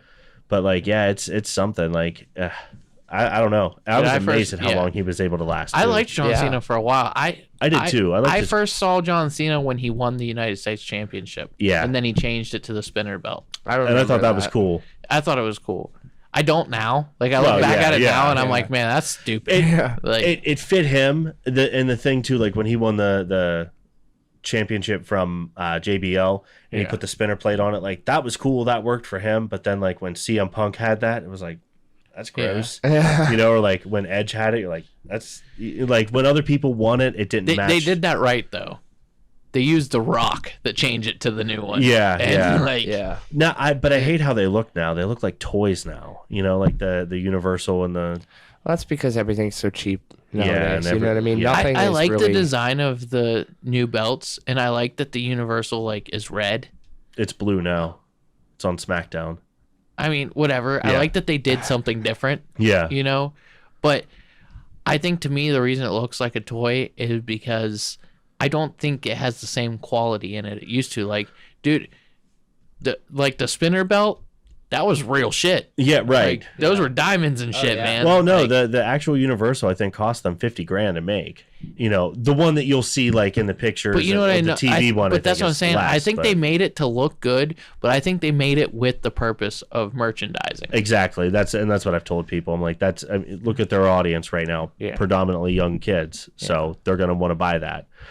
For me, why I hate it so much is there's no difference. Like how when they bought WCW, you had the big gold belt and you had the WWE belt. You know, exactly. You had the World Tag Team titles that were red. You had WWE Tag Team. You know, and just like I like the difference. Let's be real. The original like WWE Undisputed belt was stupid. The Undisputed title. You hated that one? Yeah. You didn't like that? No. Wait. Best belt, hardcore belt. I like that one. That was My favorite belt's the white Intercontinental belt. The Yeah, okay, The okay. shout out to Yeah. the old school one. Yeah. Yeah, They brought it back for a little bit. Yeah, Cody Rhodes had that. Yeah, they brought it back for a little bit. Oh yeah, I forgot they changed it up now. It's Yeah. weird looking. Have you seen it? I actually really like the NXT belt too. Look that up. I Catman. actually. Oh, you mean the new I don't think I've Intercontinental seen- belt? Yeah, I it's don't care much fucking for weird it. looking. The U.S. title finally got a change, and it actually looks pretty sweet. Yeah, it I looks pretty actually good. stopped watching wrestling one? again. The Intercontinental title. Current? Yeah, current. Yeah. I actually stopped watching wrestling again whenever AJ Styles like debuted in WWE. The Rumble? Yeah, I think that's when it was. It was shortly after that. Like I said, I just never have the time to watch TV anymore. Let's see. Do 2020. There it is. Well, yeah. Right there. Yeah. Top. Oh, okay. left one. It's not bad. No, I like the white one though. yeah, it's The different. white one's you know? right next to it. That is different. Yeah, it is different. It's definitely It points for being indifference, or yeah, it's definitely I don't know, very modern. It's better than the old one, but I still like the white one better. I like the NXT UK tag team title. I haven't seen that. that gives me a Yeah, kind of but a that wa- one. Yeah, but That's see the that- one. Yeah, that's like the Razor That's- Ramon style. Like that's the old school. But as for like a new school belt, honestly though, that gives me that old school style feeling. You know Yeah. what I mean? So Well, the new United States is like that too. yeah. Look that one up. The U.S. title, WWE U.S. title. Here we are being nerds. Dude, I was thinking about this though, like how he's doing this. Uh huh. So I talk about this all the time, but like There just it is. yeah, Not not that one. that's an old it's one. it's the second one on the left on the second row. one more. One more left. That Bam. That's it. Yeah. Yeah. Like the way that they updated that too is, I think that is a much needed design Yeah. for that because Yeah. it's been that same one since 2002. Yeah. Anyways, so Joe Santagato, I listen to his podcast all the time. Uh-huh. So what they did on their table is they actually got a little TV and linked it all so that when you do stuff like this, the TV is just on the camera instead of trying to put it into the video. Oh, that's cool. So that's something we could probably do eventually if we wanted to.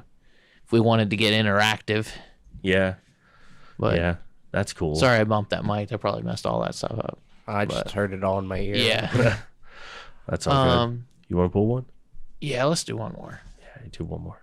Yeah, this one's going to be mine. He Okay. finally pulled one of mine. Oh, Did I? did he? Was Yeah. it the Your Mom's a Hoe? No, Oh, that was yours. me. Oh, man. This one's going to be tough for you. Let me see it.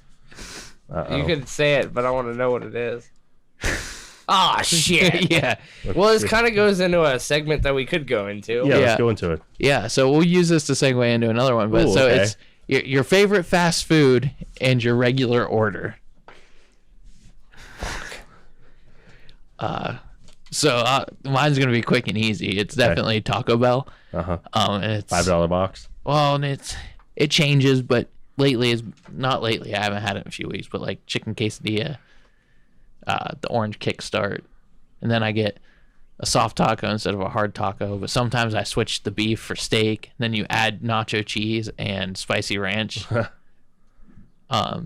So yeah, there's that. Unless if there's a White Castle nearby, then it's White Castle hands down. You're like, just hand me a suitcase. Yeah. Just give me the box. Oh, every time. Yeah. Like that's not even a joke. I love when they do their chicken sandwiches there. They're just the little chicken rings on the little buns and a suitcase. Dude, the best thing though is to get the chicken rings and put it on the burger. Yeah. One Yeah. time we're gonna down do there. you last, by the way. I'm over here thinking about like Yeah. vegetables. Yeah. One time in Cincinnati when we played there, we ended up getting a hotel and stayed, and we were right across the street from a White Castle. So naturally, before we went in, they were like, "Oh, well, we're out of boxes," so they just put everything in fucking bags. Dude, honestly, I would like that. It was though. great. Oh yeah. We liked it better because it was Dude, easier to throw away. and we just anytime- ate it and got sick. Dude, anytime we was go to awesome. Columbus, like people are like, "Oh, I can't wait to go to Columbus for this concert." I'm like, "I can't wait to go to Columbus for White Castle." Like when Alec did the Arnold Classic, Yeah. literally, I was like, "Dude, I'll come pick you up." He's like, "Seriously?" I was like, "Yeah, but you got to buy me White Castle." I was like, I've had White Castle only one time in my life. We had a tradition. Anytime we would play in Akron, we would stop at this place called Rallies. "I know Rallies. Yeah. That's some greasy ass food." It is. You just get like, you eat it and you're like, oh, it's so good. 10 minutes later, you're like, I'm going to die. because it's terrible. But so what's yours? My go-to when we're out, if we ever get anything, You better not say McDonald's. no, it's not Whack Arnold's. Yeah. Probably Burger King. I don't care much for that either, but It's all right. Just grab that. Your go-to order? Just a burger, cheese, ketchup, pickle, and a Coke. Bam. That's it. Bam. My go-to. You want in on this, Dom? Come on, man. No, I don't have one. Oh, you goddamn liar. I don't have one. You liar. That's okay, because neither do I. Dom likes A&W and Long John Silver's. I love A&W, but fuck Long John Silver's. A&W has some good-ass burgers. Yeah. They do. Yeah. Okay, I mean, if I were to say anything, Taco Bell steak quesadilla, just All right. normal. All right, there you go. There you go. I do not enjoy fast food at all. Like, I'm not saying I don't ever eat it. Like, I had McDonald's, like, what was it, Friday night, and it was literally, I'm not making excuses, but, like, I only ate it because I trained and You were out. Well, this new, like I said, I've been training a lot more now than I ever have before, so, like, I'm burning even more calories than I already was, and AJ can testify to this, like, I eat a lot right now, and now that I'm doing even more, I'm going to even have to intake even more. So, like, I wound up getting the new crispy chicken sandwich from McDonald's the other day, and I literally threw it up 10 minutes later. Like fast food just now, like, I don't want it. I don't like it. I don't like the look of it. Nothing. Like, the only thing, well, I guess if I had to do one, it would probably be, like, hot dog shop, but... Yeah. HDS. But he gets that shitty New Brighton hot dog shop. No, I don't. No. Like, I like to either go to the Beaver one or the Rochester one. Yeah, but it's not our hot your dog East shop. Liverpool bullshit. It is not good. Yeah, you're in the wrong house. Yeah. Well, then There's the door. Sit yourself out. all I'm gonna say is I turn my back to you, sir. I'm kidding. If you find me in your trunk, you know, just leave me there till Monday when you go to jiu-jitsu. So Yeah. But no, I mean, it's I don't know. Fast food just is not. I eat so clean most of the time that, like, I don't want stuff like that. So if I had to pick a favorite fast food, it would be someplace that has donuts. Oh, there you go. Yeah, There you go. I want. But he doesn't donuts. have a Tim Hortons. Yeah, I don't have a Tim Hortons, so I just eat, and I get really bad with it. I'll literally sit down and eat a dozen donuts in one sitting. I think L&B is better than Tim Hortons anyway. I agree. But if I was picking chain over Tim Ho's or Dunkin', Tim Ho's every time. If I was picking a chain and we had a Krispy Kremes, then it'd be over. Oh yeah. we have Orms in Beaver Falls, where those big ass cinnamon rolls are. But like I'd never get them because, like, if I do, it's like it's almost like meth. You have one and it's on. Yeah. So yeah. Damn. Now I want to fucking donuts. I'm bro. hungry. I'm Why telling did you, I donuts. have to pick the one about food? I Because don't I'm hungry. know. That's all good. That's why.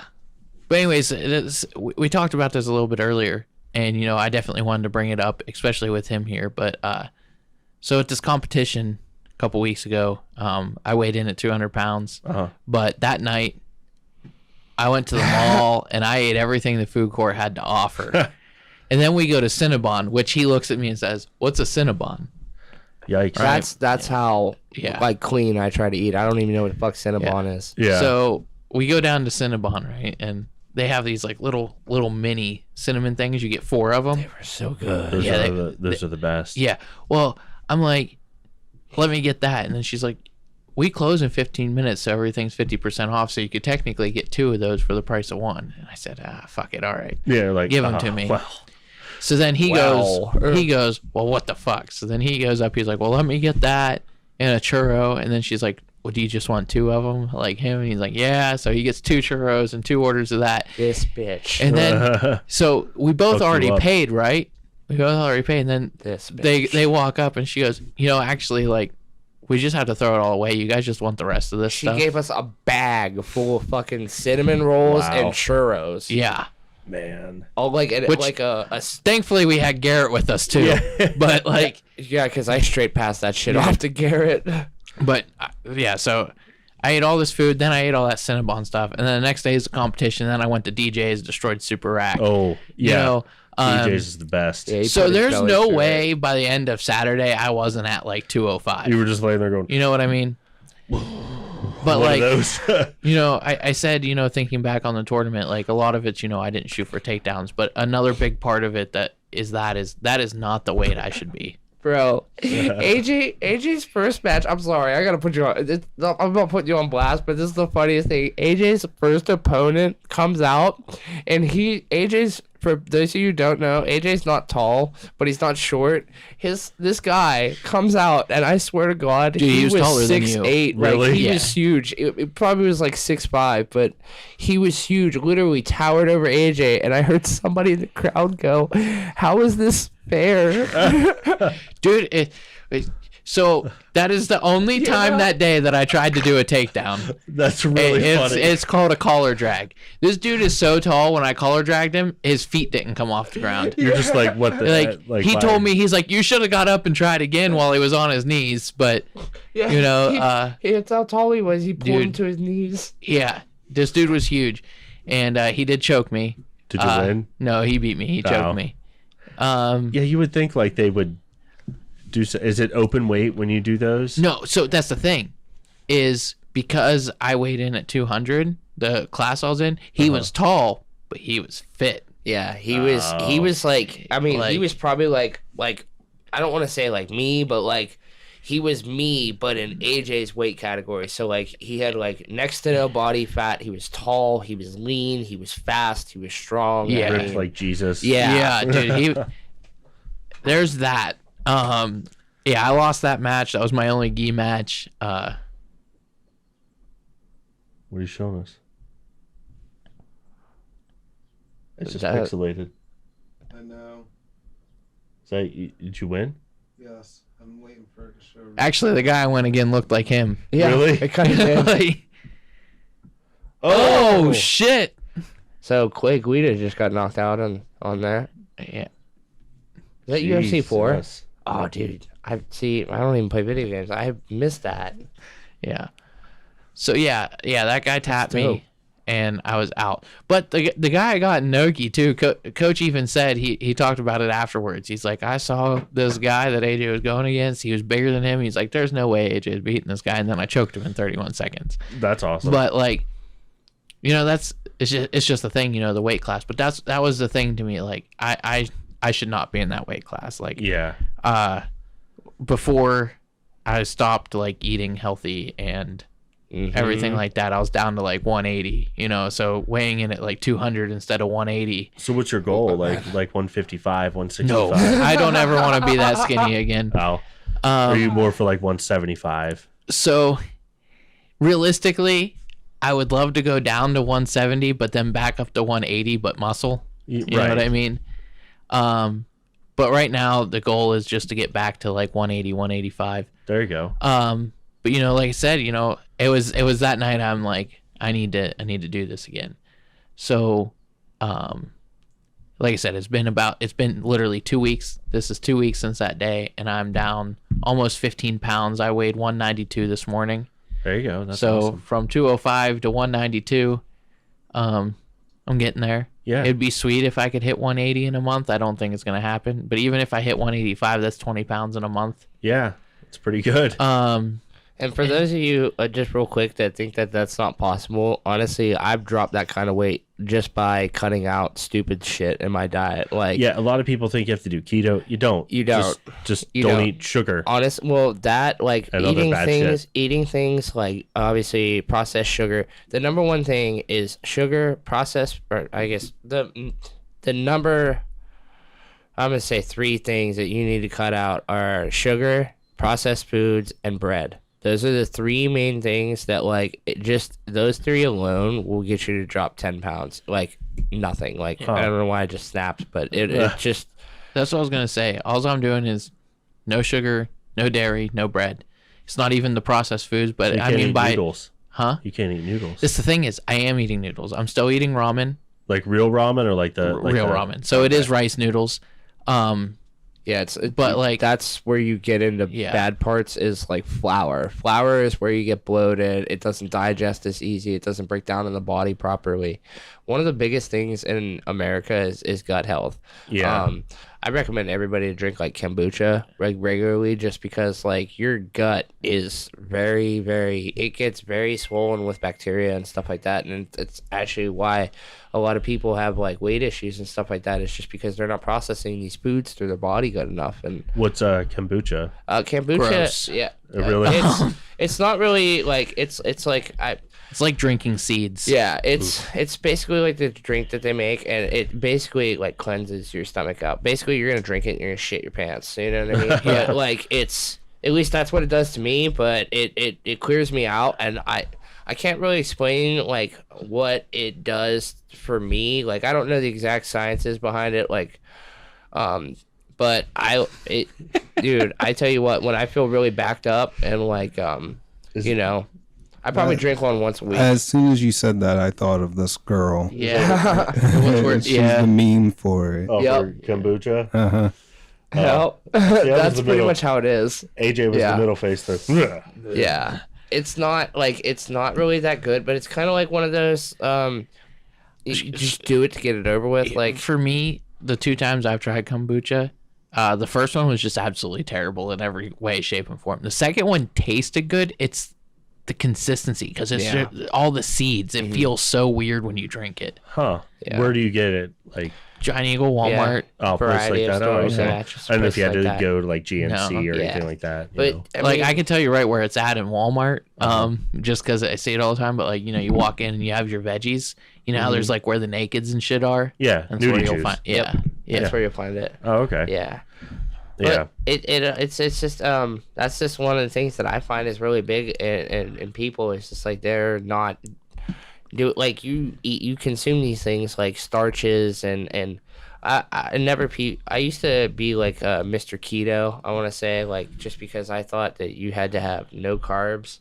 But I tell you what, man, I used to, at my low point, I got down to 148 pounds for a competition, and I wanted to die.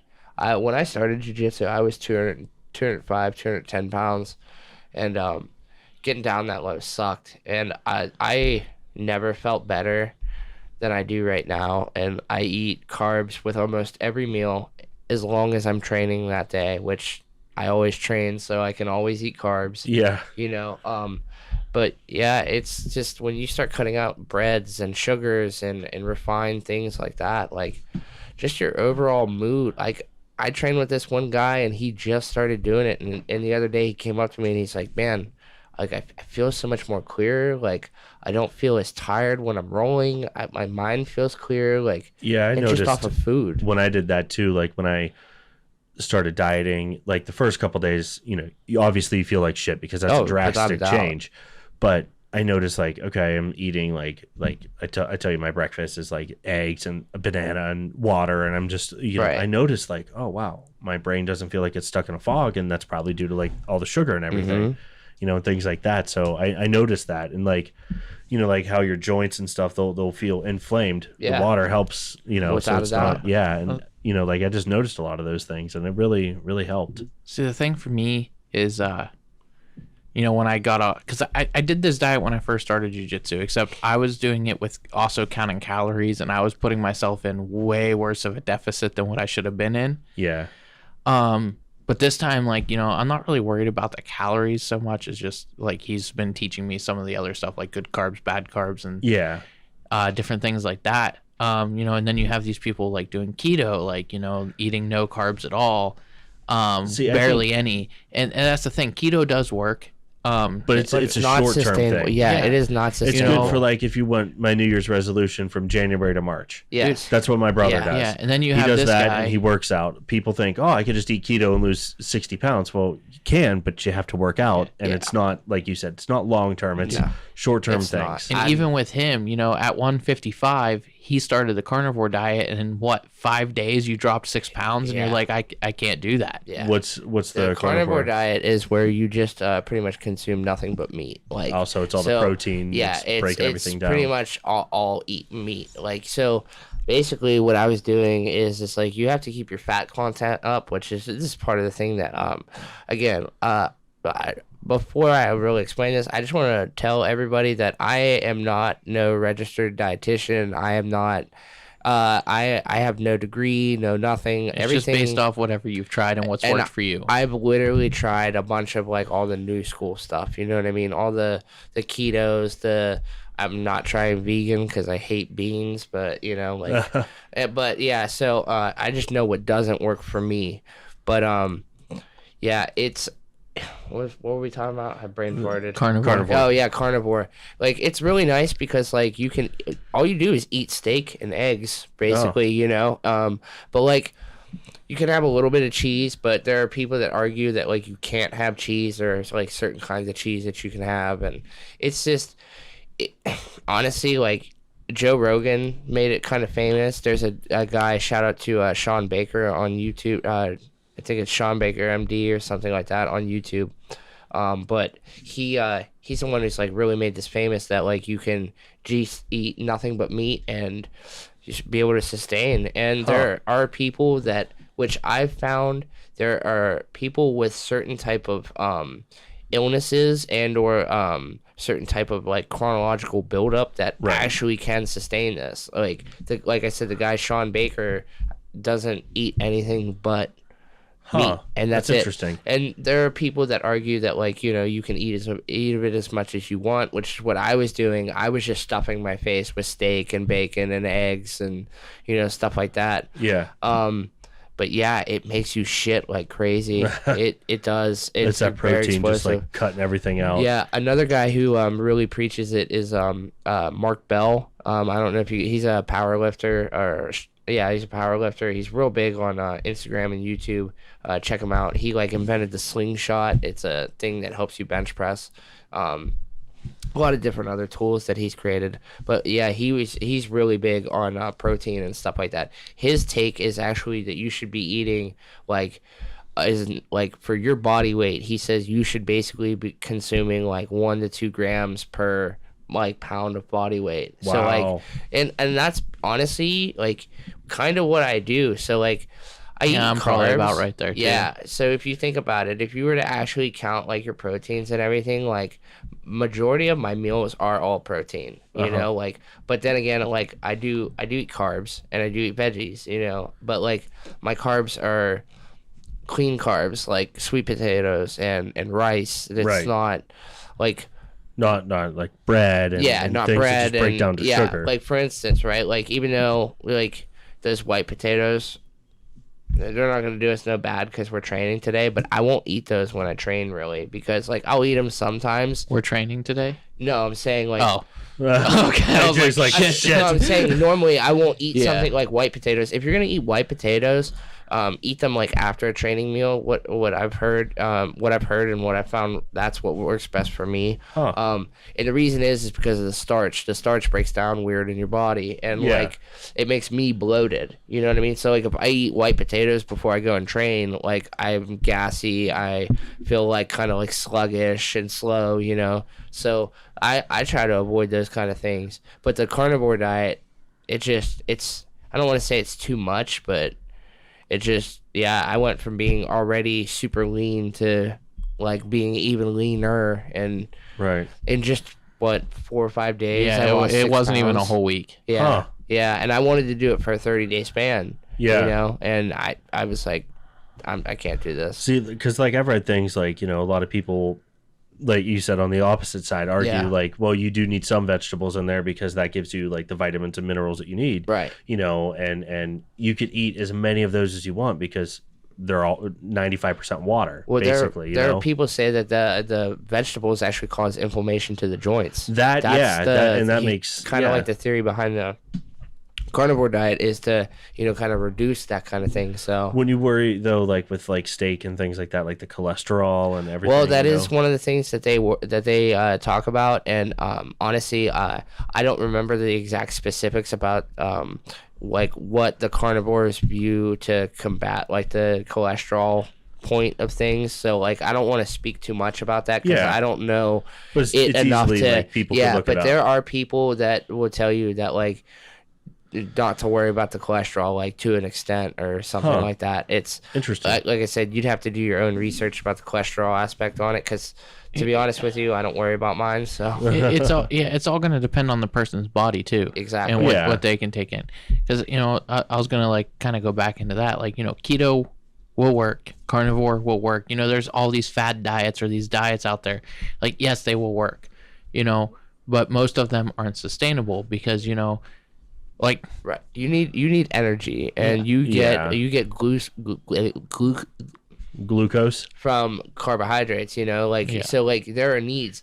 But like, for instance, the common problem in America is we're gonna eat like a shit ton of carbs and sit on our ass, like, right. And I'm not putting nobody on blast, but I'm gonna put my own family on blast. I have a niece and a few people that just kind of, like they'll eat very high, not really. I'm gonna probably catch flack for this from my family, but like, like for instance, like they stayed up all night long Friday night, and then sat around and ate noodles all day. You know what I mean? It's like, that is not idealistic. You're not doing anything. You're not burning anything. And you're basically getting all that energy and then sitting. So that's in turn turning into fat. And right. It doesn't have. You're not burning it. Right. Yeah. It doesn't. It can't break down. Exactly. Like, the best way that I was explained, my brother explained it to me. You guys need to meet. I think you guys really definitely like each other. Would love to. He basically, like, when he started his diet, he went from, I think he said he was about 360 or 70 pounds. He's lost over 100 pounds. Oh yeah, both my brothers. Yeah, both. I mean, you saw Aaron here, and you were like, "Damn, man!" Whoa. Yeah. He's lost well over 100 pounds, and so is Derek. Insane. Yeah, and he told me, he said, the way I started looking at it, he said, I've tried this and I failed. I tried this and I failed. He said, keto just worked for me. He said, I did it for 3 months. He said, but I added getting up, walking, cutting this out, doing this, going on a hike, lifting weights. And he said, you got to look at your body as like it's your car. It's your transportation. Right. He's like, if you give your car shitty gas, what's it going to do? It's going to crap out on you. Yep. So if you're feeding your body terrible shit, you're gonna feel tired, you're gonna feel lethargic, and you're gonna have brain fog. Exactly. And he said, if the better you do, like, even if you just cut out pop and you just start drinking water and that's a big low one, calorie things, that's my vice. Yeah.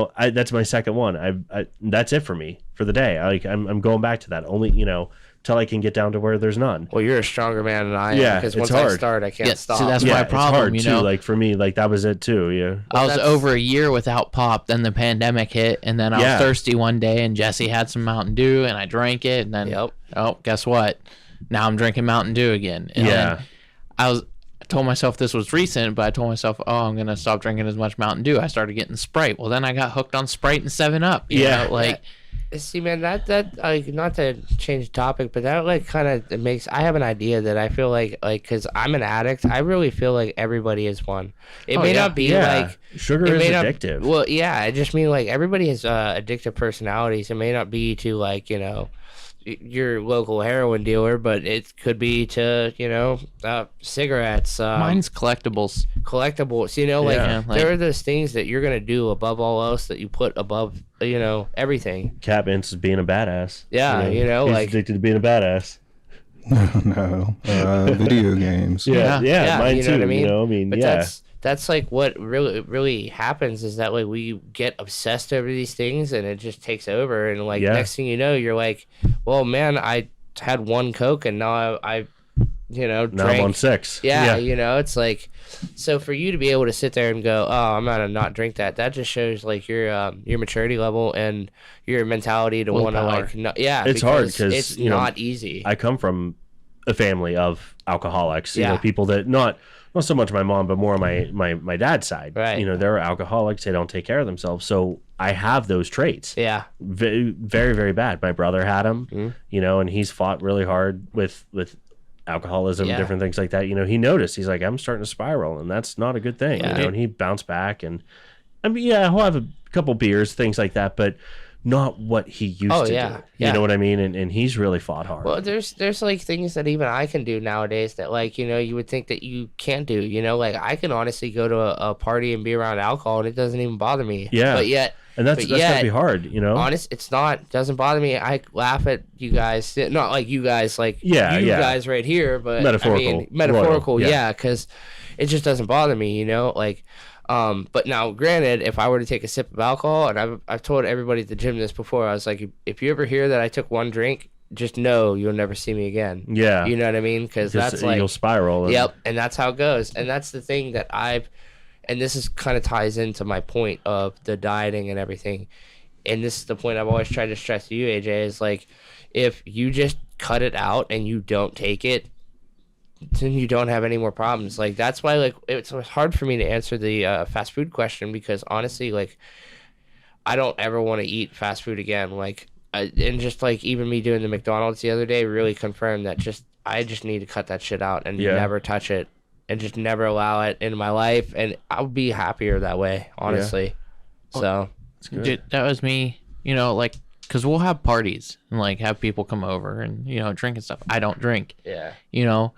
But like it's fun just having the people over. But I'm always asked, why don't you drink? You know, and it's changed over the years. You know, at first, honestly, it was because of Blake, because Blake introduced me to what straight edge is, and then he fell off the wagon and destroyed all that. I got back on it though, you know, because I thought about that. I was like, why did I do that? I was so, you know, but so strong in those beliefs and being straight edge, and then I don't know, peer pressure maybe. But now I don't even call it straight edge. I don't even consider myself straight edge. I don't like using that word anymore, just because like it has bad. People gave it bad connotations. And it's just like, oh, I don't drink because I'm straight edge. I just feel like that's stupid. You know, like there's a reason I don't drink. You know, I've seen my friends do stupid shit. I've seen family members, other people do stupid shit. But one day, you know, it was Caitlin's sister Krista asked me. She said, "Why don't you?" And I gave this answer that just kind of came out. And it has been the best answer I've ever given to it. You know, you both have seen my house before. Yeah. People who know me, I do have an addictive personality. Like right now I'm watching Harry Potter, right? What am I thinking about? Harry Potter, you know? Right. I'm going and buying books. We're about to go to Universal. I'll probably buy way too much shit there. Yeah. See, and that's what I do too. You know, like, you know, I get like Naruto. I watched through all Naruto, that, you know, Naruto. You know, when I get like hooked on something, I'm hooked on it. You know, like I want to buy all this stuff. I had one vinyl album. I bought another one, and you know what? I'm like, oh, now I'm gonna buy another one. Now I have these protective sleeves for them, and like, you know, it's how I am. You know, I'm a collector, and you know, I have an addictive personality. When I like something, I like it. And when I said that to her, I was like, so if I were to drink and like it, then what's gonna happen? Right. And that's you know like I've done it, and I regret that I fell off the wagon, because I liked being that. I liked being the guy at the punk, and I still don't really, you know, the guy that goes to the punk shows when I was in the band, that didn't drink, that didn't smoke, that was there hanging out selling merch. So when everybody else was doing that and they were outside mingling, I'm the one here selling you, the drunk guy, my 2 t-shirts and stickers. So now I've got your $25 to get to the next show, you know? So you're the other reason I don't have any money. Yeah. I got it. Yeah. But see, that's the thing too, you know? So I think about that. Like, you know, if I drink and I like it, it could be a very bad road for me. Yeah. Also, I could spend $15 on like a 6-pack or 12-pack, however much $15 gets you. I don't know. Depends on what you want. Yeah, you know, I don't know how much that gets me. That's how sober you are. You don't even know.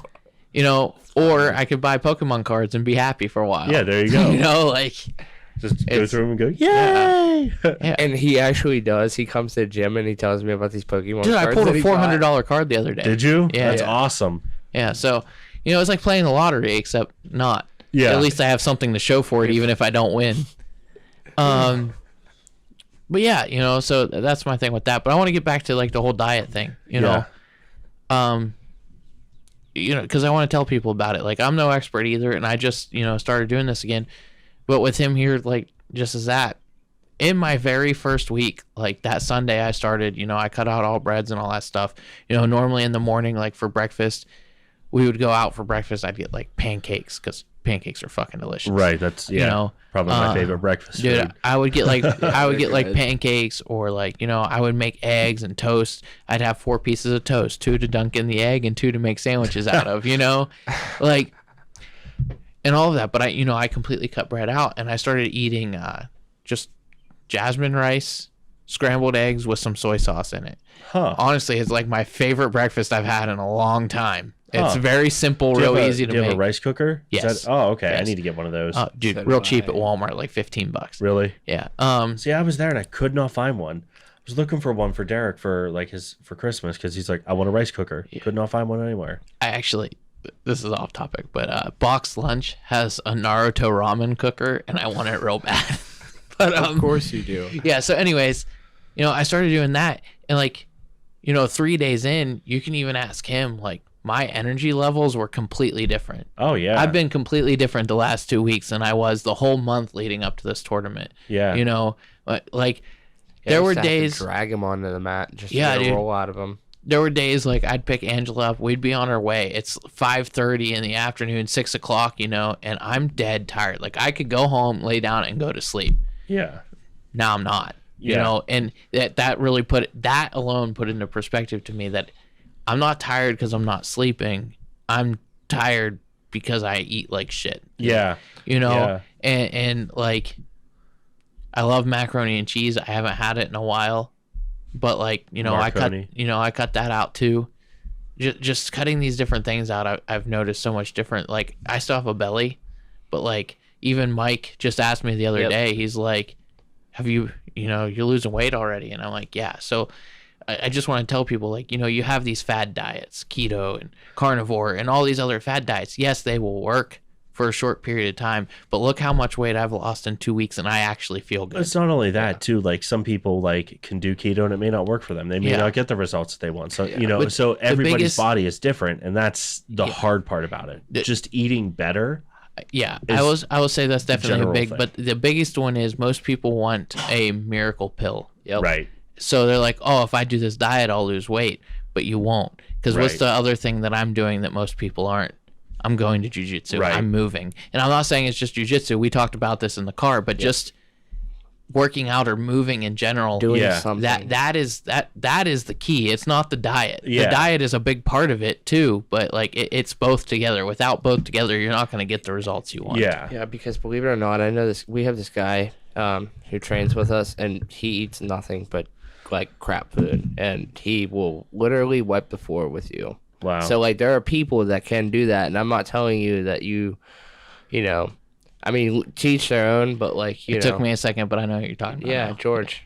Oh, that's not who I thought you were talking about, actually. George is the only person I know that will literally go eat McDonald's and come back to a jiu-jitsu tournament and starch everybody like there's no tomorrow. You ever see the speaking of that, the wrestler, he's a newer one. His name's Braun Strowman. He's like huge. Yeah. Adam something on Instagram. I follow him. He's that a cool dude.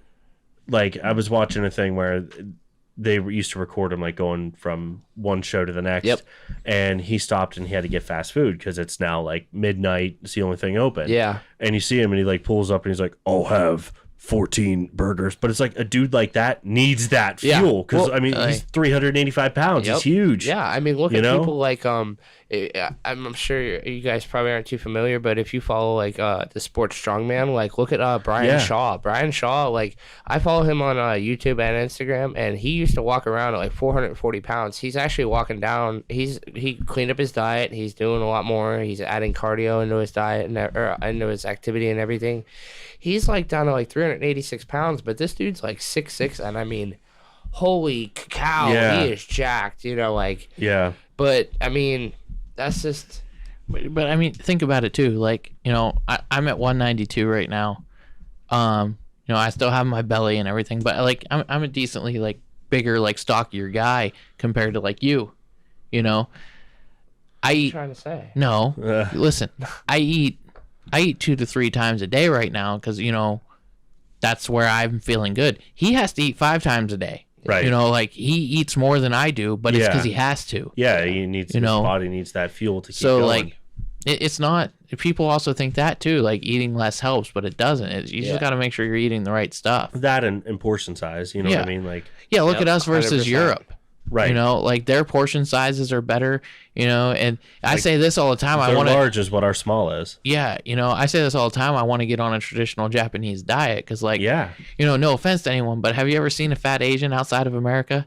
And sumo wrestlers? But their diet's even more strict. Yeah. Like, I don't even want to get into what they have to eat. They're not just obese. It's a different kind of big. Those dudes are... Because they're strong, fuck with too. Those dudes. Yeah. Would not fuck with those dudes. But yeah, I mean, you don't really see anybody that's really too overweight. Europe, you barely see it. You know. Well, and I think the big thing is for that is a lot of those cities were built to be walking cities. Yeah. You know, look at and the distance between them is so vast, you know, because back then that's where civilization was. People would gather there, build a huge ass city, and everybody walked everywhere, you know, and that's what it is. I mean, we don't have that here. But even here, like, you know, so like you watch movies, you know, your stereotypical like Italian mob guy, you know, is usually that kind of like bigger Italian guy, you know, they're sitting around a table, like, you know, Italian families have big giant family dinners and stuff, you know, and they eat pasta. Yeah. And everyone's like, oh, you don't want to eat pasta if you're on a good clean diet. But like in actual Italy, people aren't that size. Right. You know, like, and what are they eating? Pasta, pizza? It's because they're probably don't eat it every day. Yeah. But it's also like the portions and how they're making it. Moderation, how they're making it, natural ingredients and stuff. It's not this like processed. In Italy too, stuff. a lot of it's fish. They eat a lot of fish. I mean, you got to think where Italy's Japan at as well. Yeah, you know, they're both. You know, Italy's a peninsula, Japan's an island, so that's all they get. I'm slowly for the most part. So I've been Southern cooking. Spain.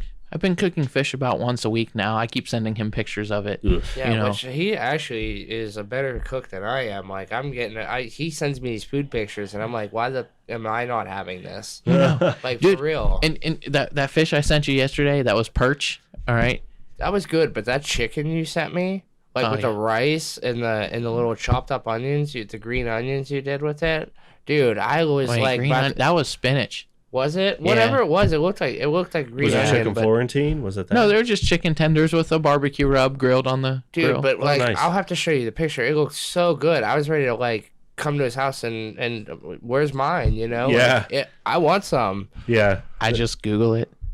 That's what I did. I literally just Google it. That's how I do it, and I just learned. Now, see, you told me how to cook broccolini, though.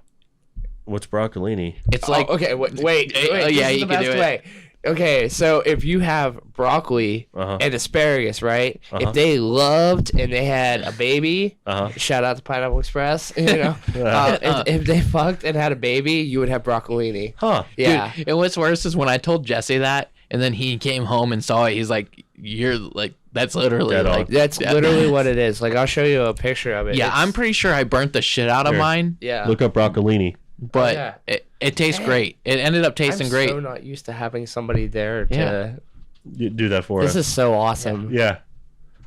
Broccolini. Dude, well, the first day... Oh, yeah. It definitely is. Yeah. The way you say that. Yeah, it definitely is. Totally. Yeah, it's long-stemmed broccoli, basically. That's really cool. Where do you get that? Yeah, mine did not look like that. That looks really that's good. because you probably burnt it. Oh, I burnt the shit out of it. Oh, that bro, looks really you're supposed good. to get a crisp to it. You're not supposed to make it black. Like, it's not supposed to be, like, charbroiled. You get that Dude, the char added to it, though. Did it really? Yeah, it was a good flavor. I'm not doing We that. all ate it. But You get that at, like, Giant Eagle or, like, Walmart or something? I found it at Giant Eagle. I haven't seen it at Walmart. Only places I can find it are Giant Eagle stores. And it's like in a like the little black carton, and it's Yeah. sealed. Tray, yeah. I was looking in like the fresh shit at That's first. where I would have looked, yeah. It's not there. Okay. It's in the same section.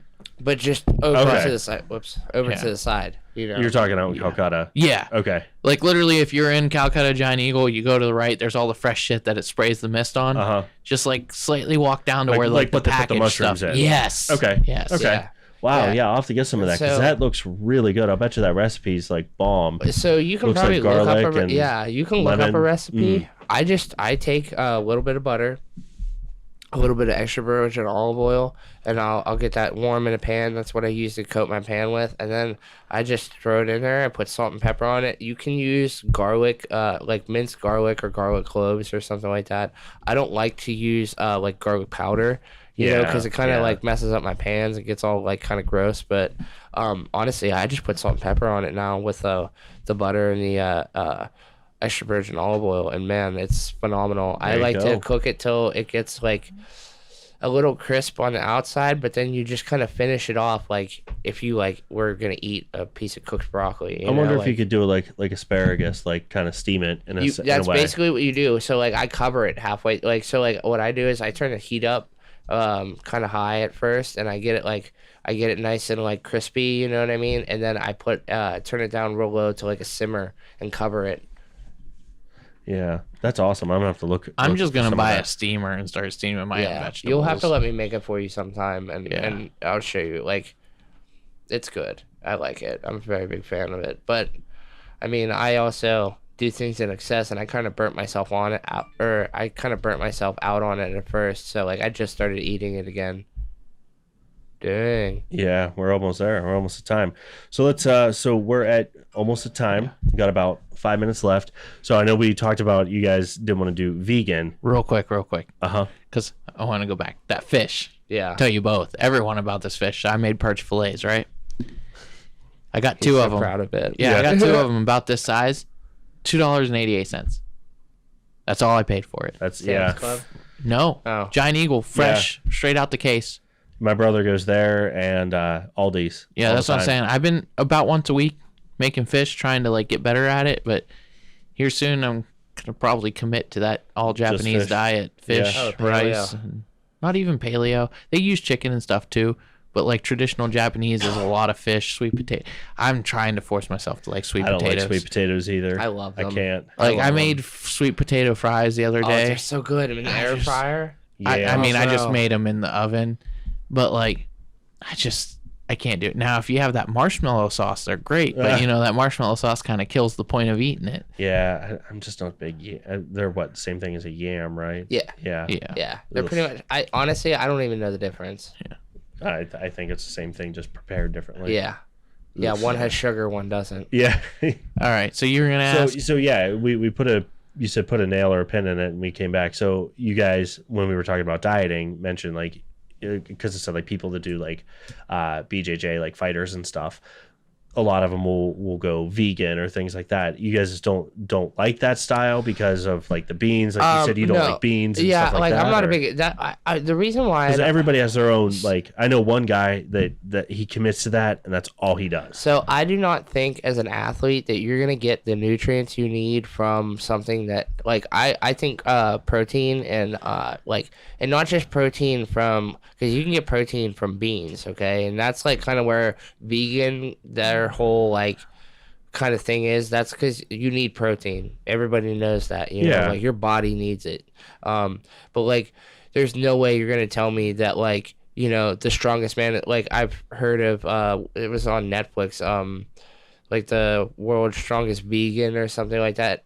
He like supposedly was supposed to be the world's strongest man, and he only ate vegan and stuff like that. But you can't. There's no way. He's not even. They looked that guy up to find out he was kind of like fraudulent and whatnot. But like you can't eat. You have to eat certain stuff to get those kind of minerals and nutriments. Like the strongest people in the world, you don't see them eating tofu, do you? I mean, right? They're eating beef and chicken and fish. I was just curious because like I know some will do that. You could get it like from cauliflower and broccoli and different things like that. You know, you can, and I'm not saying you can't, but like it's just what I found that like I just like I feel stronger when I'm eating meat and when I'm eating like whole foods, not tofu and or tofurkey or any of that stuff. Like it tastes like shit.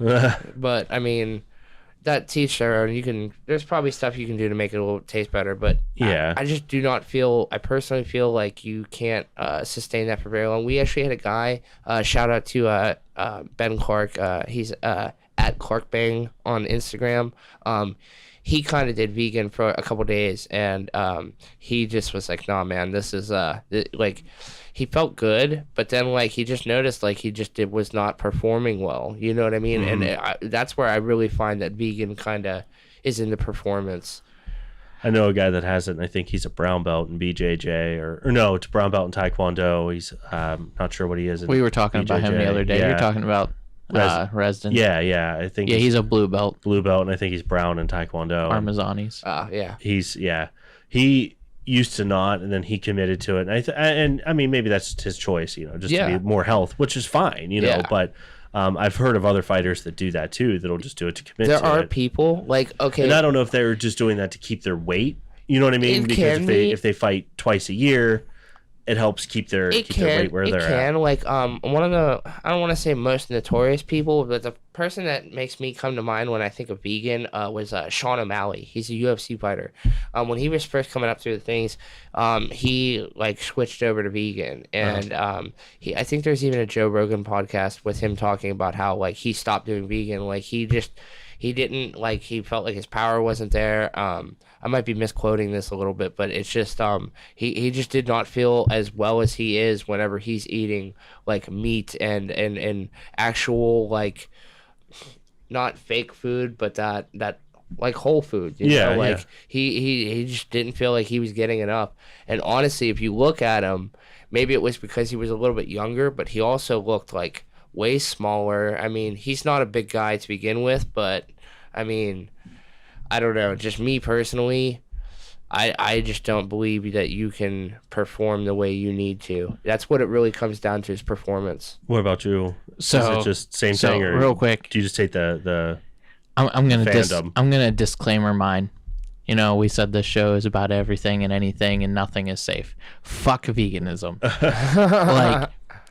No offense to anybody who does it. To each their own. You do what you want to do. We are human beings. We are omnivores. We are meant to eat meat. You're not saving the planet by not killing that cow because somebody else is going to do it. Yeah. You would literally have to get it's going to die more than 3/4 the population to go vegan for it to even affect the animal thing. Well, so that's my big thing with it, is a lot of people do it because they're like, oh, I'm saving the cows. I'm saving the chickens. Yeah. No.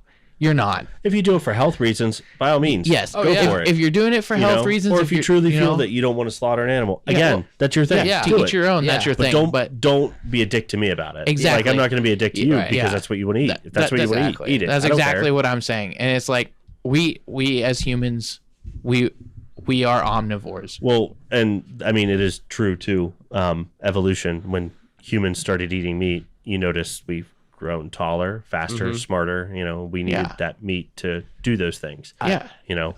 I also personally feel that vegans are also the only ones trying to tell you how you just shouldn't eat meat. You don't hear somebody meat eater being like, oh man, I mean, I am right now, but that's because it's the topic of conversation. It's not. And I think it's like people like Rez, he's not the stereotypical vegan, the young college kid that you see don't do that. That's He's I mean. dude, if you don't want to eat that, I don't care. Exactly. You know what I mean? Yeah. Where he's like, hey, I made this, you want to try it? Sure, I'll try it. Yeah. I mean, if I'm gonna like it, great, I'll make that All at home, I'm saying is, do not serve me an eggplant and tell me that's a steak. Yeah. Because it's not. Yeah. See, no, that's where I'm at. Don't tell me it's a steak. I agree. So whatever. That's my feelings on it. We're gonna call it quits there, though. Yeah. Before I get too more into it. We're at time. Cody, thank you. Thank you, guys. It was great having you. Thank you. Yes, sir. We'll have to have you come back. Anytime, man. It was awesome. Definitely want to meet your brother. That guy. Yeah. Maybe we'll do one. Yeah. You guys, we'll have to meet him. He was great. He seems like a really interesting guy. That was definitely my favorite podcast of your guys' by far. Awesome. It was definitely the episode with him on. Awesome. Yeah. So quick plug. Obviously we've talked a lot about jiu-jitsu. Cody and I train at Gracie, Beaver County. That's right in Beaver. It's rural Pennsylvania, by the way, for you Ohio listeners. Yeah, sorry, and everything like that. But yeah, it's a great school. We're the only one in Western Pennsylvania. We're the only one in Pennsylvania, period. Oh, period. Wow. I don't think there's one in Ohio at all. Yeah. There's great 10th planet in Columbus. But Yep. Yeah. Yeah, I want to go So there. For people who don't know, Gracie Baja is a huge name in BJJ. Over 800 schools 800 worldwide. schools worldwide. Number one competition team year in, year out. They're what's up. So if you're looking to learn self-defense, or you just want something that is going to help you get in shape, be a better person, you can contact one of us or our coach, Tim Michaud, right? Yeah, Tim Michaud. Michaud. I never know how to say his last name. I think everybody says it differently. Yeah. But like, contact us. We can help you get in. You get a free day trial. But I mean, it's changed my life. It's obviously changed his life. It's a great way to get in shape and, you know, learn to defend yourself if anything like that were ever to happen on the street. It's great for guys and women. Yeah. You know. Well. So there's that. Other than that, we are these guys right here. You can check us out on our website at tgrhpodcast.com. Nailed it. Every How many times time. did you practice that? How many times did you practice Actually, I that? didn't. Okay. It just every time. It just as came First up. try. I was just curious. You know. I've always wanted to ask. Yeah, no, first try. All of our social media is at TGRH Podcast. You can find me on Facebook or Instagram and Twitter at Sir Andrew Waddle. Gotta sir it. I did put the Sir in. I'm actually gonna become a Lord here soon, so it will be Lord Andrew Waddle. Did you buy that stuff? I eventually. I'm working on it. Yeah. Especially if I can legitimately put that on my driver's license, then yes. Did you know that there was an exploit in that, and this guy exploited it and got like, you know, because you get 1 square mile. He ended up getting like 500 square miles because you buy, like, it was like something like you buy one and you're entered in to win another one for free. Yeah. But the code never changes, so he just kept putting the code in and he kept winning over and over and over and over again. Ended up getting this, and he called himself Duke instead of Lord, you know, because they say, oh, you're a Lord. He's like, no, I'm a Duke. Well, the thing is, I actually have like the Scottish background too, so saying I'm like a Scottish Lord would be dope. Yeah. But anyways, off topic. We here. digress. Yeah. Yeah. Check us out. Find Blake on Facebook because he's Twitterless and Instagramless, other than Powerbomb Records. Powerbomb Records. Yeah. Yeah. Dom, go ahead. Plug your shit. I hate when you guys call me for this. You know, I should make Blake do his own too, but I would mess yours up every time because I always forget exactly what it is. Well, okay, you can find me at facebook.com/froboy, twitter.com/I'm_froboy, and twitch.tv/I'm_froboy, where I stream constantly as of late. There you go. And Perfect. you already did yours, but go ahead. Yeah, if you guys want to try to contact me, obviously Gracie, you guys can come to Gracie Baja. I'd love to train with you guys. No matter if you've ever trained before, if you have years of experience, I would love all the competitors to come and train with us. But you can find me on Instagram at Cody Hummel BJJ. And other than that, guys, thank you. I appreciate it. Yeah, it was great glad having you're you, here. man. All right. I'm out. Os.